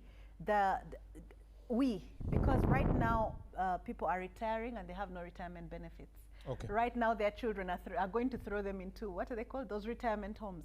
We are eroding the moral fabric of our country by promoting these things. So the dancing on stages needs to stop. But you can only end it with your vote. So turn up and vote. Good call to action. Let me come to the Honorable Mbide. Honorable Mbide, you mentioned something about the message, especially when there is no mayhem happening, and then you have to speak. The question about the messaging, there is the victim, he must go, but if he goes, then what happens? You're not telling us what happens. But also there was something very fundamental after reading through all these manifestos. None of the manifestos has been costed. As in, how are you going to execute the budget. this? Help us understand, how do we correct that skewed messaging? Because there was one where the president went and he said, do you want a road or a district? The crowd shouted, district. He said, I'll give you a district and give you a road. But there's also where Honorable Chagulanyi is. He's talking about this sentimental messaging that is agitating, driving the population. The whole structure of the body politic is now fossilized. It has gout and varicose veins in every limb. In fact, if I can use the wording of Arthur Koestler in Darkness at Noon, we have tried to diagnose the disease and its causes with microscopic exactness, but wherever now we apply the healing knife, a new sore appears elsewhere. So it is completely diseased. Clearly, this is now one of the topics that should be discussed widely in Uganda. We have reached a stage where there is a very low relative political maturity of the masses. And that ultimately interprets into even the candidates that we shall have. The dancing group. They sail through, they get voted for, majorly sailing on celebrity panjandrum, other than capacity to definitely deliver. The doctor here has been telling you something about local government. Instead of decentralization, we only deconcentrated. It is actually deconcentration. Instead of taking power to the districts, the same central government exercises its powers at the district level. So there is nothing that we have decentralized. Clearly what we have now, we are increasing the payroll of those that actually have nothing to do. But this is something that we need to look at.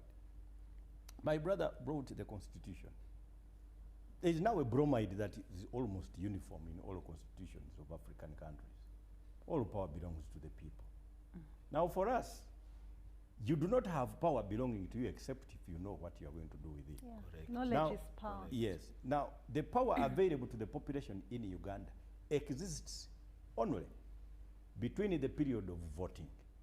Because afterwards, that power now belongs is to the others. exercised by those they have elected. Exactly. So if you deny them the knowledge of what to do, how to do it, when, and particularly with what kind of results they should have, then clearly that power has been taken away. There are constitutions that I can talk about. When you look at, there was a constitution of Mozambique which commenced with Mozambicans and ends with the Mozambicans. You would think that Mozambique is a proper El Dorado, people are in heaven. But it doesn't exist.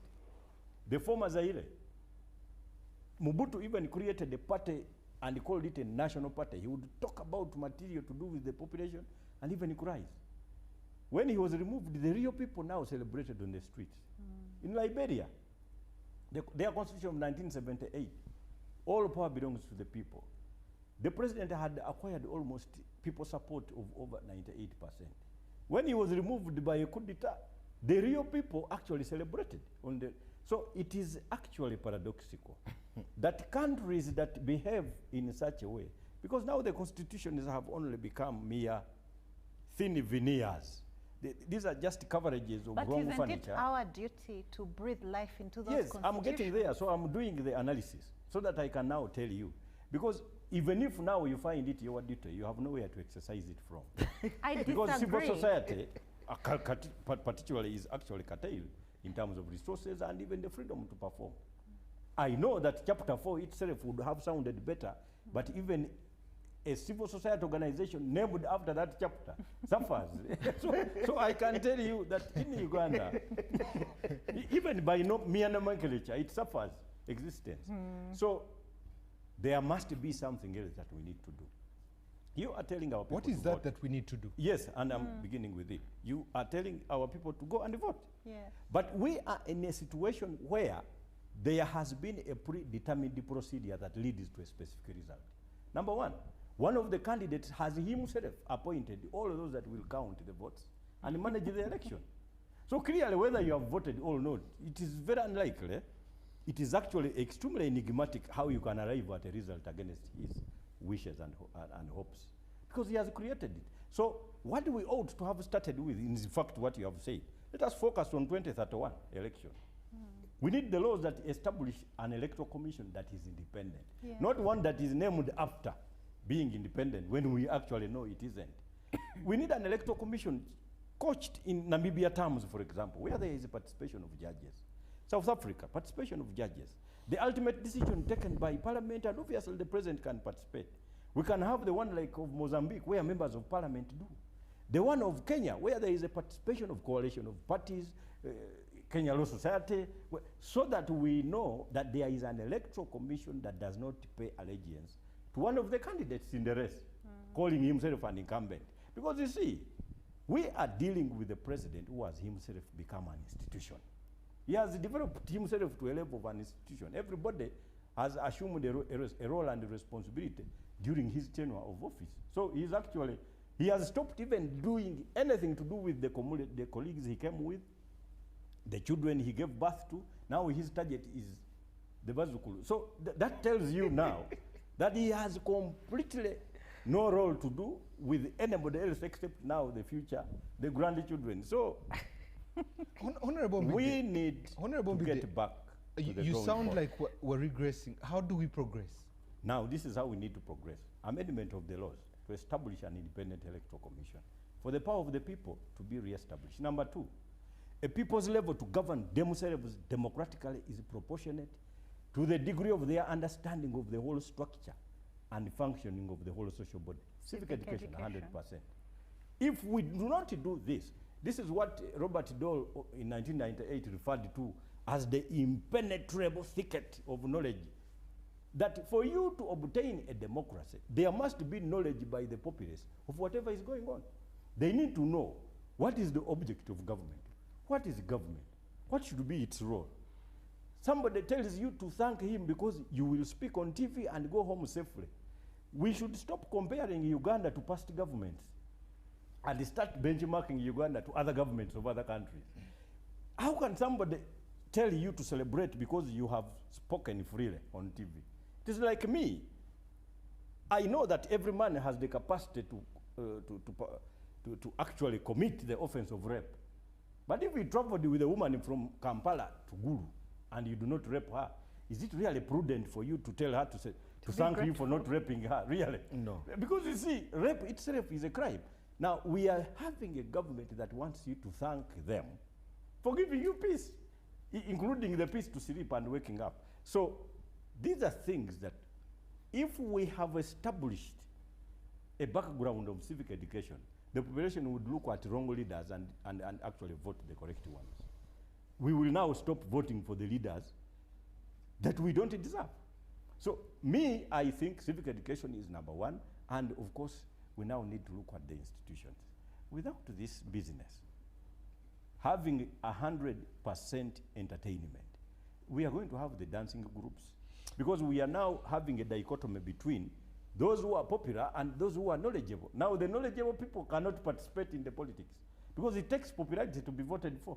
Now, in a country where everybody is... Also, the ethical people are under threat. Yes. Under, not even from the state, from even society. Because when you raise ethical issues, you're alienated. They're not popular. It's not popular to say things like, let's get accountable leaders.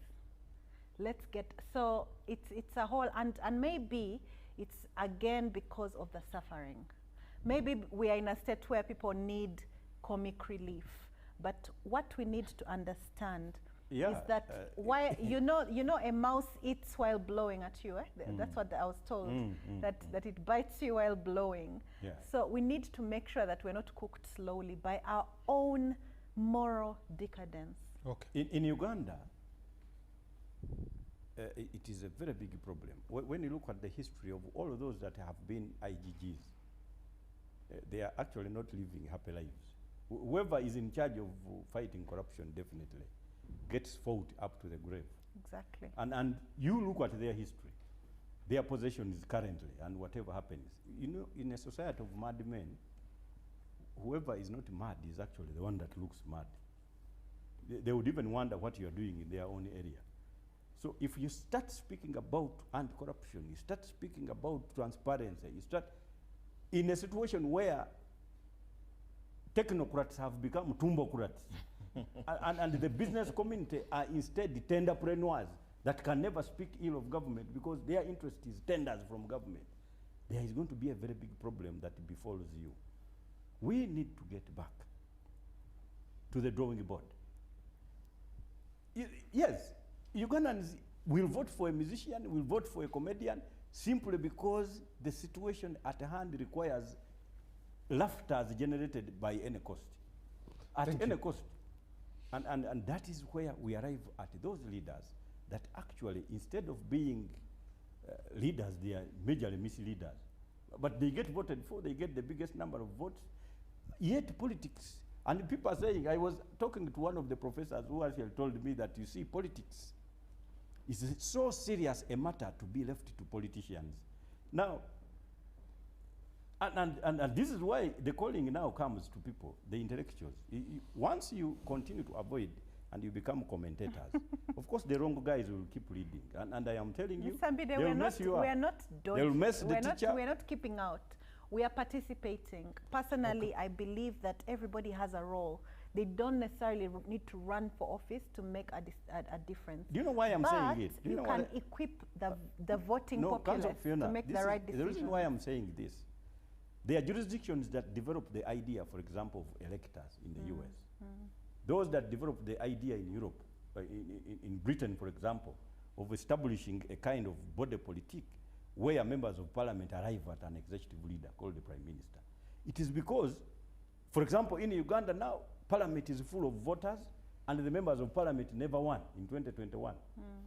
The same situation may arise even, so that the number of intellectuals becomes extinct in parliament, and whatever is brought as a government bill, say it is through without the scrutiny of anybody because they are not interested, they are not knowledgeable, and clearly their arrival in parliament was the subject of extreme entertainment. I can tell you, if we arrive at that, for example, in Kampala here, we have got a battle. between those that think that Kampala should still continue to have a body stream of black water, and those that think that, that it can be developed into something else, where water with black mosquitoes should never exist in Kampala. Okay.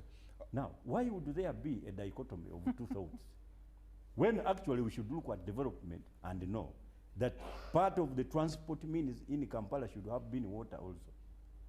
So I can tell you that in politics, knowledge is extinct. In fact, it is unwanted. And whoever arrives without brain is actually one of the best contenders that we can have in this And country. do you want us to join Okay, politics? let me Yes. come to the Join Honorable us. Honorable Yes. Dombo. Honorable Dombo, I've watched some of your rallies, especially both in West Nile and in Lango. Your candidate is gravitating from the manifesto to the whims of the people. Why is that happening? Shouldn't it be the other way around of what you're going to do? Someone mentioned also that the cow was fought for in Arua. He said so from Ojambo, where I attended, and I didn't see where the sharing of the meat was, because that seemed something new.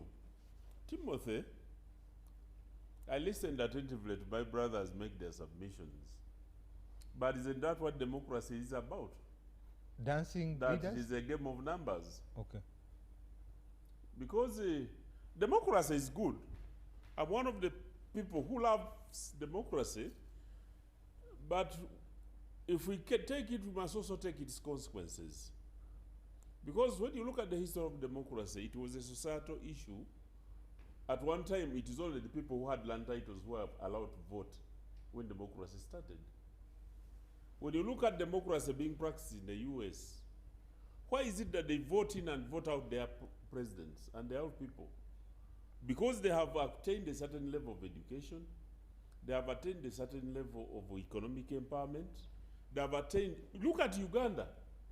Look at Western Uganda and look at Eastern Uganda and look at the quality of leaders, the communities that vote in Western Uganda and Eastern Uganda or in Northern Uganda. The level of empowerment of a community will be reflected in the type of leaders that they vote. And that is a reflection which I have studied, and you see it. Why is it that they're not electing comedians in Barara? Why is it that they're not electing comedians in Chigezi? And comedians are elected in certain communities and societies. These are things that must be studied because of the level of empowerment. Actually, what you're saying is ironic because comedians are actually in the central region, which has more education. Recently, we were working with translators and wanted them to translate the central languages. And they said, no, no, no. The people who speak the central languages speak English.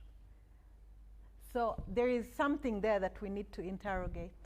Well, you may be looking at English, but look at the economic empowerment.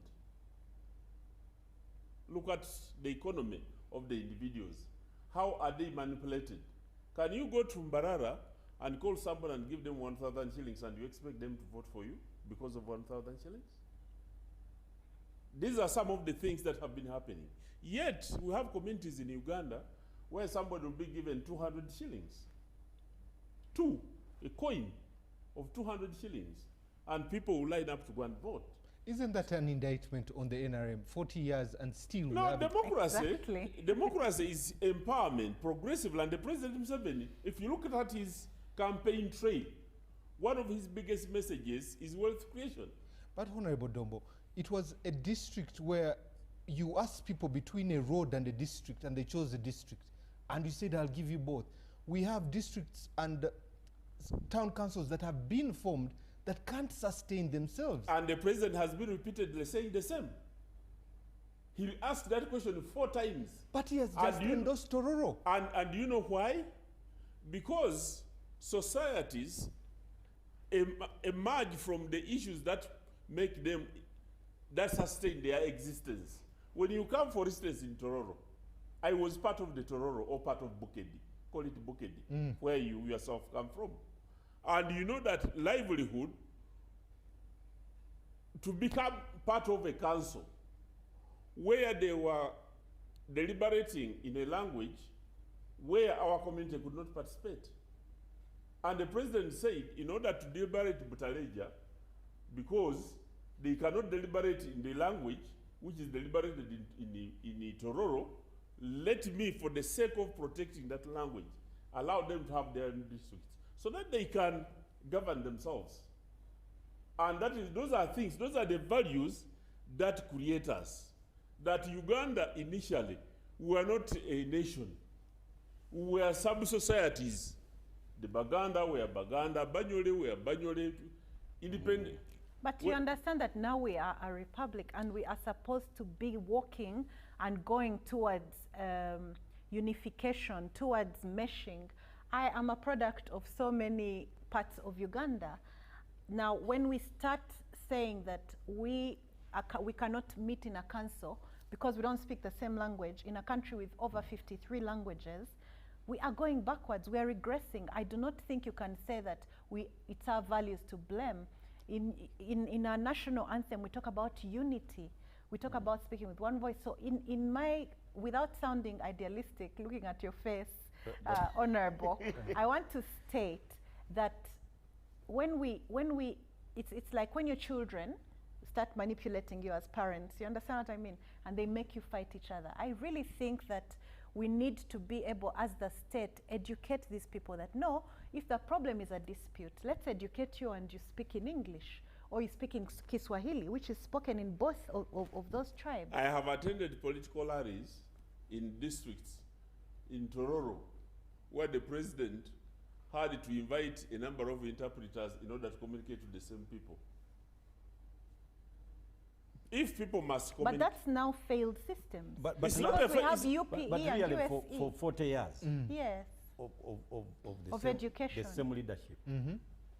If in East Africa, do you know we are the So only the problem country, is not that they need a district. They need to go to school. we are the they only need to be country equipped.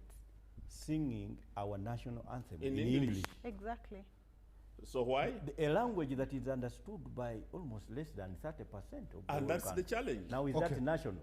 40 years, we would have looked at a situation where it had been government priority to generate a national language. We don't see it.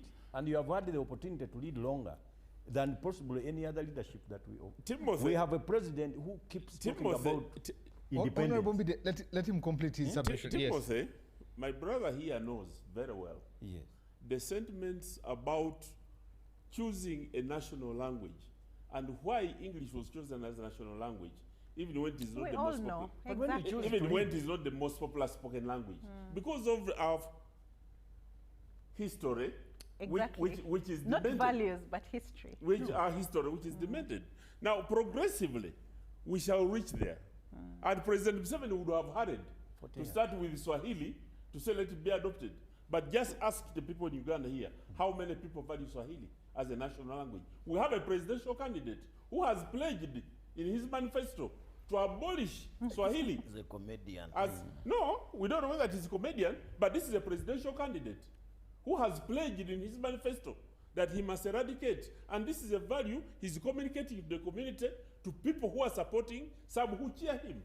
But Honorable Dombo, how do we equip Ugandans to tread with now, other progressively, let me just give Timothy, honorable information. Let me conclude him this. finish. Let him conclude. Timothy, progressively, as we provide education, government and President Museveni chose to do the first things first. One, let us rehabilitate, because politics had divided the country.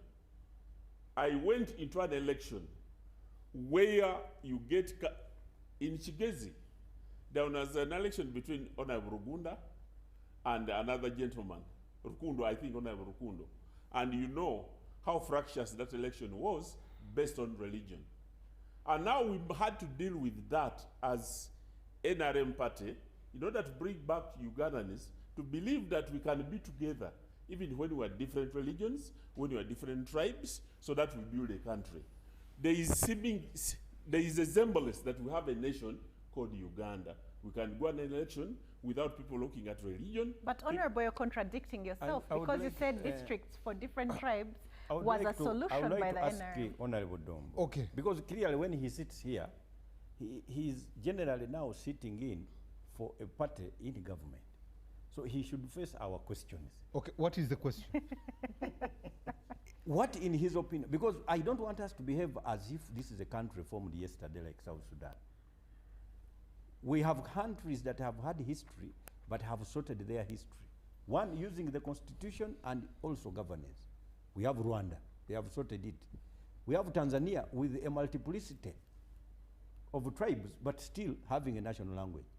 Kenya, multiplicity of tribes having this. We almost got independence during the same period.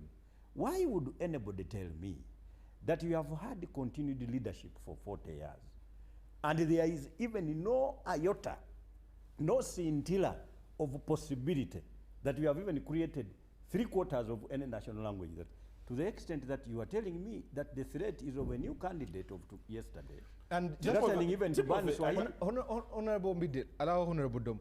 And one of your ideologies, the 4 pillars, is Pan-Africanism. When you say the district to solve a problem, we seem to be regressing back to where UPC and DP was Catholic and tribe. Honorable Dembo, give us some context on where we're going. Timothy, we had the CA sitting in Uganda and voting on the national language. Which language did the CA vote on? How many years ago? No, I'm asking you. Really? It was a CA. 30 years but ago. It was a constituent assembly. Yes, I'll give you an answer, Honorable Dom. Which gathered and said we must do it in English. Honorable Dom. Just a moment. Hold on. Just a moment. Let him finish. At that time, did we have UPE in Uganda? No. How many people could speak English at that time? Very few. Even when we came to parliament, us as members of parliament, and voted and said for anybody to be qualified to become a chairman of LOC3 or a district councillor must be S4, the president refused. And he said, we have just started UPE. There are sub-counties in Uganda where we shall pass that law, but they will not have any candidate to qualify to become elected. So, because now we have built the capacity progressively of the candidates, of the people who have elected, we can make that law, because now every sub-county in Uganda has got that. But progressively, recently government has developed a policy to begin adopting and teaching Swahili. Perhaps at a certain time T, when people have appreciated the value of Swahili as a language spoken in East Africa, then Uganda will at a certain time T adopt Swahili as the main language of communication. Okay. Perhaps in the future. Timothy, language is always forced by necessity. Yes. I come from an area which is East Africa summarized. I come from Kakira. In Kakira, we have all the communities that are in East Africa. Leave alone these other small ones from Uganda here. We have people from Congo, have people from Southern Sudan, we have people from Kenya, have people from Tanzania, and all over the place. But we are in Busoga. But in that council of Kakira, they don't use Lusoga. They don't use Lusoga, they use Kiswahili. Why? Because necessity demands. Honorable Dembo is talking about Bukedi. Bukedi is one of the districts that is very difficult. In fact, when they were coming up with systematic education, they wondered which language are you going to use in Bukedi. For example, when you go to Busia, you will find that the southern part is they are Itesons. When you go to the northern part, they are Jaluo mixed with Samia. So it became very difficult. But the people will always find a language to use. If you go to the council in Tororo, those people would use a language very comfortably. But the politicians are very clever. They are the ones who use a dominant language to say, you speak in Jopadola, so that they can create a problem. But Honorable Dombo, you want to say that before Butaleja was cut off from Tororo, people of Butaleja and Tororo were not doing business, were not studying in the same schools. Okay. In fact, Kachonga was the school. Which language were they using? English. In such places? Okay. Gentlemen, English and Kiswahili. Allow me let me read some feedback that has come through. Good evening, Timothy. Thank you. This is a text from Arua. Clarity concerning those that came to Arua or to Arua City. The president did not come to Vurara, which is now Arua district, but came to Arua City, former Arua district. So the people in Vura decided to travel to attend the rally. Okay, thank you for the clarity there. Someone else says, good evening, Timothy and the panelists. Protecting the gains slogan that is being used by Honorable Dom and the NRM beneficiaries for campaigning is such a painful statement in ears of millions of ordinary Ugandans without connections to the NRM government and struggling to meet daily basic needs. It's very unfortunate that the NRM is at a time with such selfish campaign statements. I pray that the Honorable Dombo, they put some humanity and consideration in what they're saying, okay? Lastly, this is Onzima from West Nile. Thank you for the program. I think the problem we have in Uganda is civic education. I've been a parish supervisor for elections in the 2021. I have seen a lot of gaps in educating people about elections, issues of bringing people from the areas around the districts to the venues where candidates are going to address them. I think it's not a problem. It will be a problem when you cross a district boundary, okay? Too many messages, and we're grateful for that. I will give each a minute of parting shots. I will start with the lady. I'll go to Dr. Ojambo, Honorable Mukasambide, and finally the Honorable Dombo. It's been an honor to be here with these eminent citizens. Honorable Dombo, I cook in Aru, up there in West Nile, and I'm really proud of how you've held up under all this fire. Civic education, everybody here at one time or another has stated that it needs to happen. Yes. It needs to happen intentionally. We need to allocate resources. We need to start it early, and early means now. And we need to make sure that it is also institutionalized in our schools, in our budgets, in all levels of the state, starting from the grassroots Muntu Wansi, who's really the person that we want to empower. The other thing I want to state is that we are still a young state. I'll maintain that. There could be South Sudan, but we are a very young state. We need to allow ourselves to make mistakes. Okay. We need to also commit to having accountable leaders. And I hope that next time we have conversations like this, maybe we need to call politicians like Honorable Mbide and ask them, you told the electorate this, they elected you, what have you done? Because we need that level of conversation at this stage so that it sort of goes down there. Because when they see in the higher stages of echelons of power, there are people dancing, that is why down there the people that are really suffering are also voting for people that dance.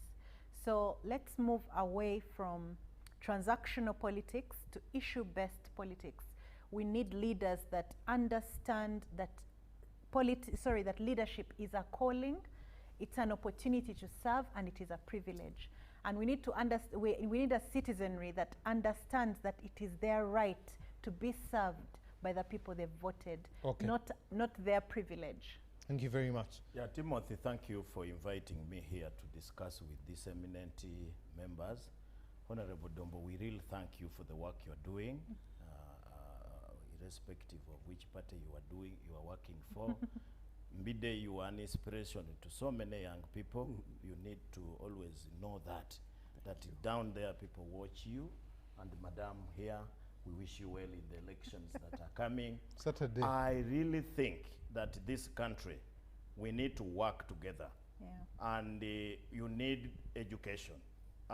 In fact, it's not only the voters that need education. The politicians, the leaders themselves need to be educated. The police officers who are enforcing the law, sometimes they show a lot of ignorance. The Electoral Commission, all of us, we need to keep educating ourselves. And we want to request Honorable Yes. Dombo that as we discuss these issues about education, we want to kindly send you to the ruling party, that let them sort out the issue of teachers, because that thing is killing our country. Very soon, even universities are joining, and I am their chairman. We already have issues. We are also going to join, and once education collapses in this country, even these elections you are talking about will be useless. So let's try to sort out the issues in education and make sure that children go to school, especially children of poor people who study in government schools. You started well with encouraging and speaking positive. Now you want to demonstrate. Let me come to the Honorable Mbide. Thank you. First of all, you know, they say politics is having the ability to tell what will happen next week and even next month, and having the same ability to explain why it never happened. So I would like Honorable Dom to take this message to my candidate. You know, in this election, I support President Museveni. I have to tell him that it is his leadership that was expected to solve the language question. He has had the opportunity for 40 years. As the same person, by the way, to establish that. You know, a dog wags its tail. But I don't want him to explain the language question as if it is now the dog wagging, the tail wagging its dog. No, it shouldn't happen. So clearly, you have got to give the way forward to the population. This country, just like any other country around us, have had a multiplicity of tribes. That cannot be used as an explanation in defense of failure to have one uniform language. When we have had the opportunity to have a leader for 40 years continuously. Finally, also tell my candidate that the debate on colonialism was sorted. There is a consensus that we were colonized. It should never be a current debate for any intents and purposes. We were colonized, but 40 years down the road, we are ourselves. Okay. Thank you, Honorable. That should be used to explain the way forward. Honorable Dombo, how does the tail stop wagging the dog? Because he's still debating in English to confirm that we were colonized. And that is something that we shall live with over a period of time because our cultures and so many things change because of colonialism. That's why we can only debate here in English. We would have been talking a local language so that the people outside there will be listening to us. But there is a very big audience that is watching us, but they can't understand us. But let me tell you, at the beginning of this program, Honorable Mbide appreciated the level of politics, that the serenity in the politics in Uganda now allows people to debate their manifestos, some of which people are not prepared for because they are used to violence or being fought against, and that's the only thing they would show. This shows you that progressively the quality in the body politic of the country is improving irrespective of the challenges that we have to overcome. Finally, we must acknowledge that Uganda, we are still a very poor country. And democracy being practiced among poor people, it has its own challenges. And calling people at a rally and keeping them for a whole day without food abuses their human right. Even when we chose as us wanting to provide the food, because it is a human right to have food, it is divine to provide the food. Even Jesus Christ taught us so, that when you are praying, pray for the daily bread from Father, from heaven. Thank you. It's because the law will misinterpret why we used to do it. Because our grandfathers used to say, Olugende njala, teruda kubanga Oluganda ki? Kulia. Thank you very much. Gentlemen and lady, thank you so much for gracing our program and being here today. The production team for making today possible. Everyone that sent through a message, thank you so much for being part of the conversation this evening. We'll end with this quote: elections come and go, but bad leaders stay if you don't choose well. Good morning.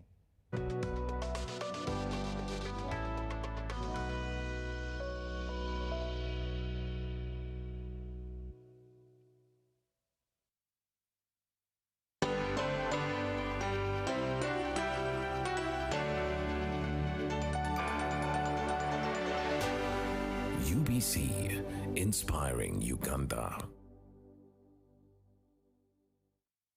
The government's core mandate is to maintain law and order, safeguard citizens' rights, and provide essential public services. Remember, one of the pillars of a roadmap is innovation and entrepreneurship. There has been this question of how are you protecting our indigenous seed? It's going to be a tall project that answers somebody's question. The Front Bench has brought you insightful discussions on governance, security, healthcare, justice, and commerce. Why do you go through this complicated procedure, involve the lawyers? You bring the case against him, the judge will hear you out and pass judgment, and you're out of court in record time. We remain committed to keeping you informed and engaged on key national matters. So these are huge, these are powerful organizations which now Uganda chairs. Why don't you come together? If we haven't migrated to the e-card because of various reasons, including that not all the people of Uganda have smartphones. You can sit in your house, apply for a passport. If you have a Ugandan who has a successful logistics firm in the US, it means he can come to Uganda and do a lot more. Every Monday at 8:30 p.m. with me, Jethro Kasaiji, your interface with the government only on your public broadcaster, UBC, Inspiring Uganda.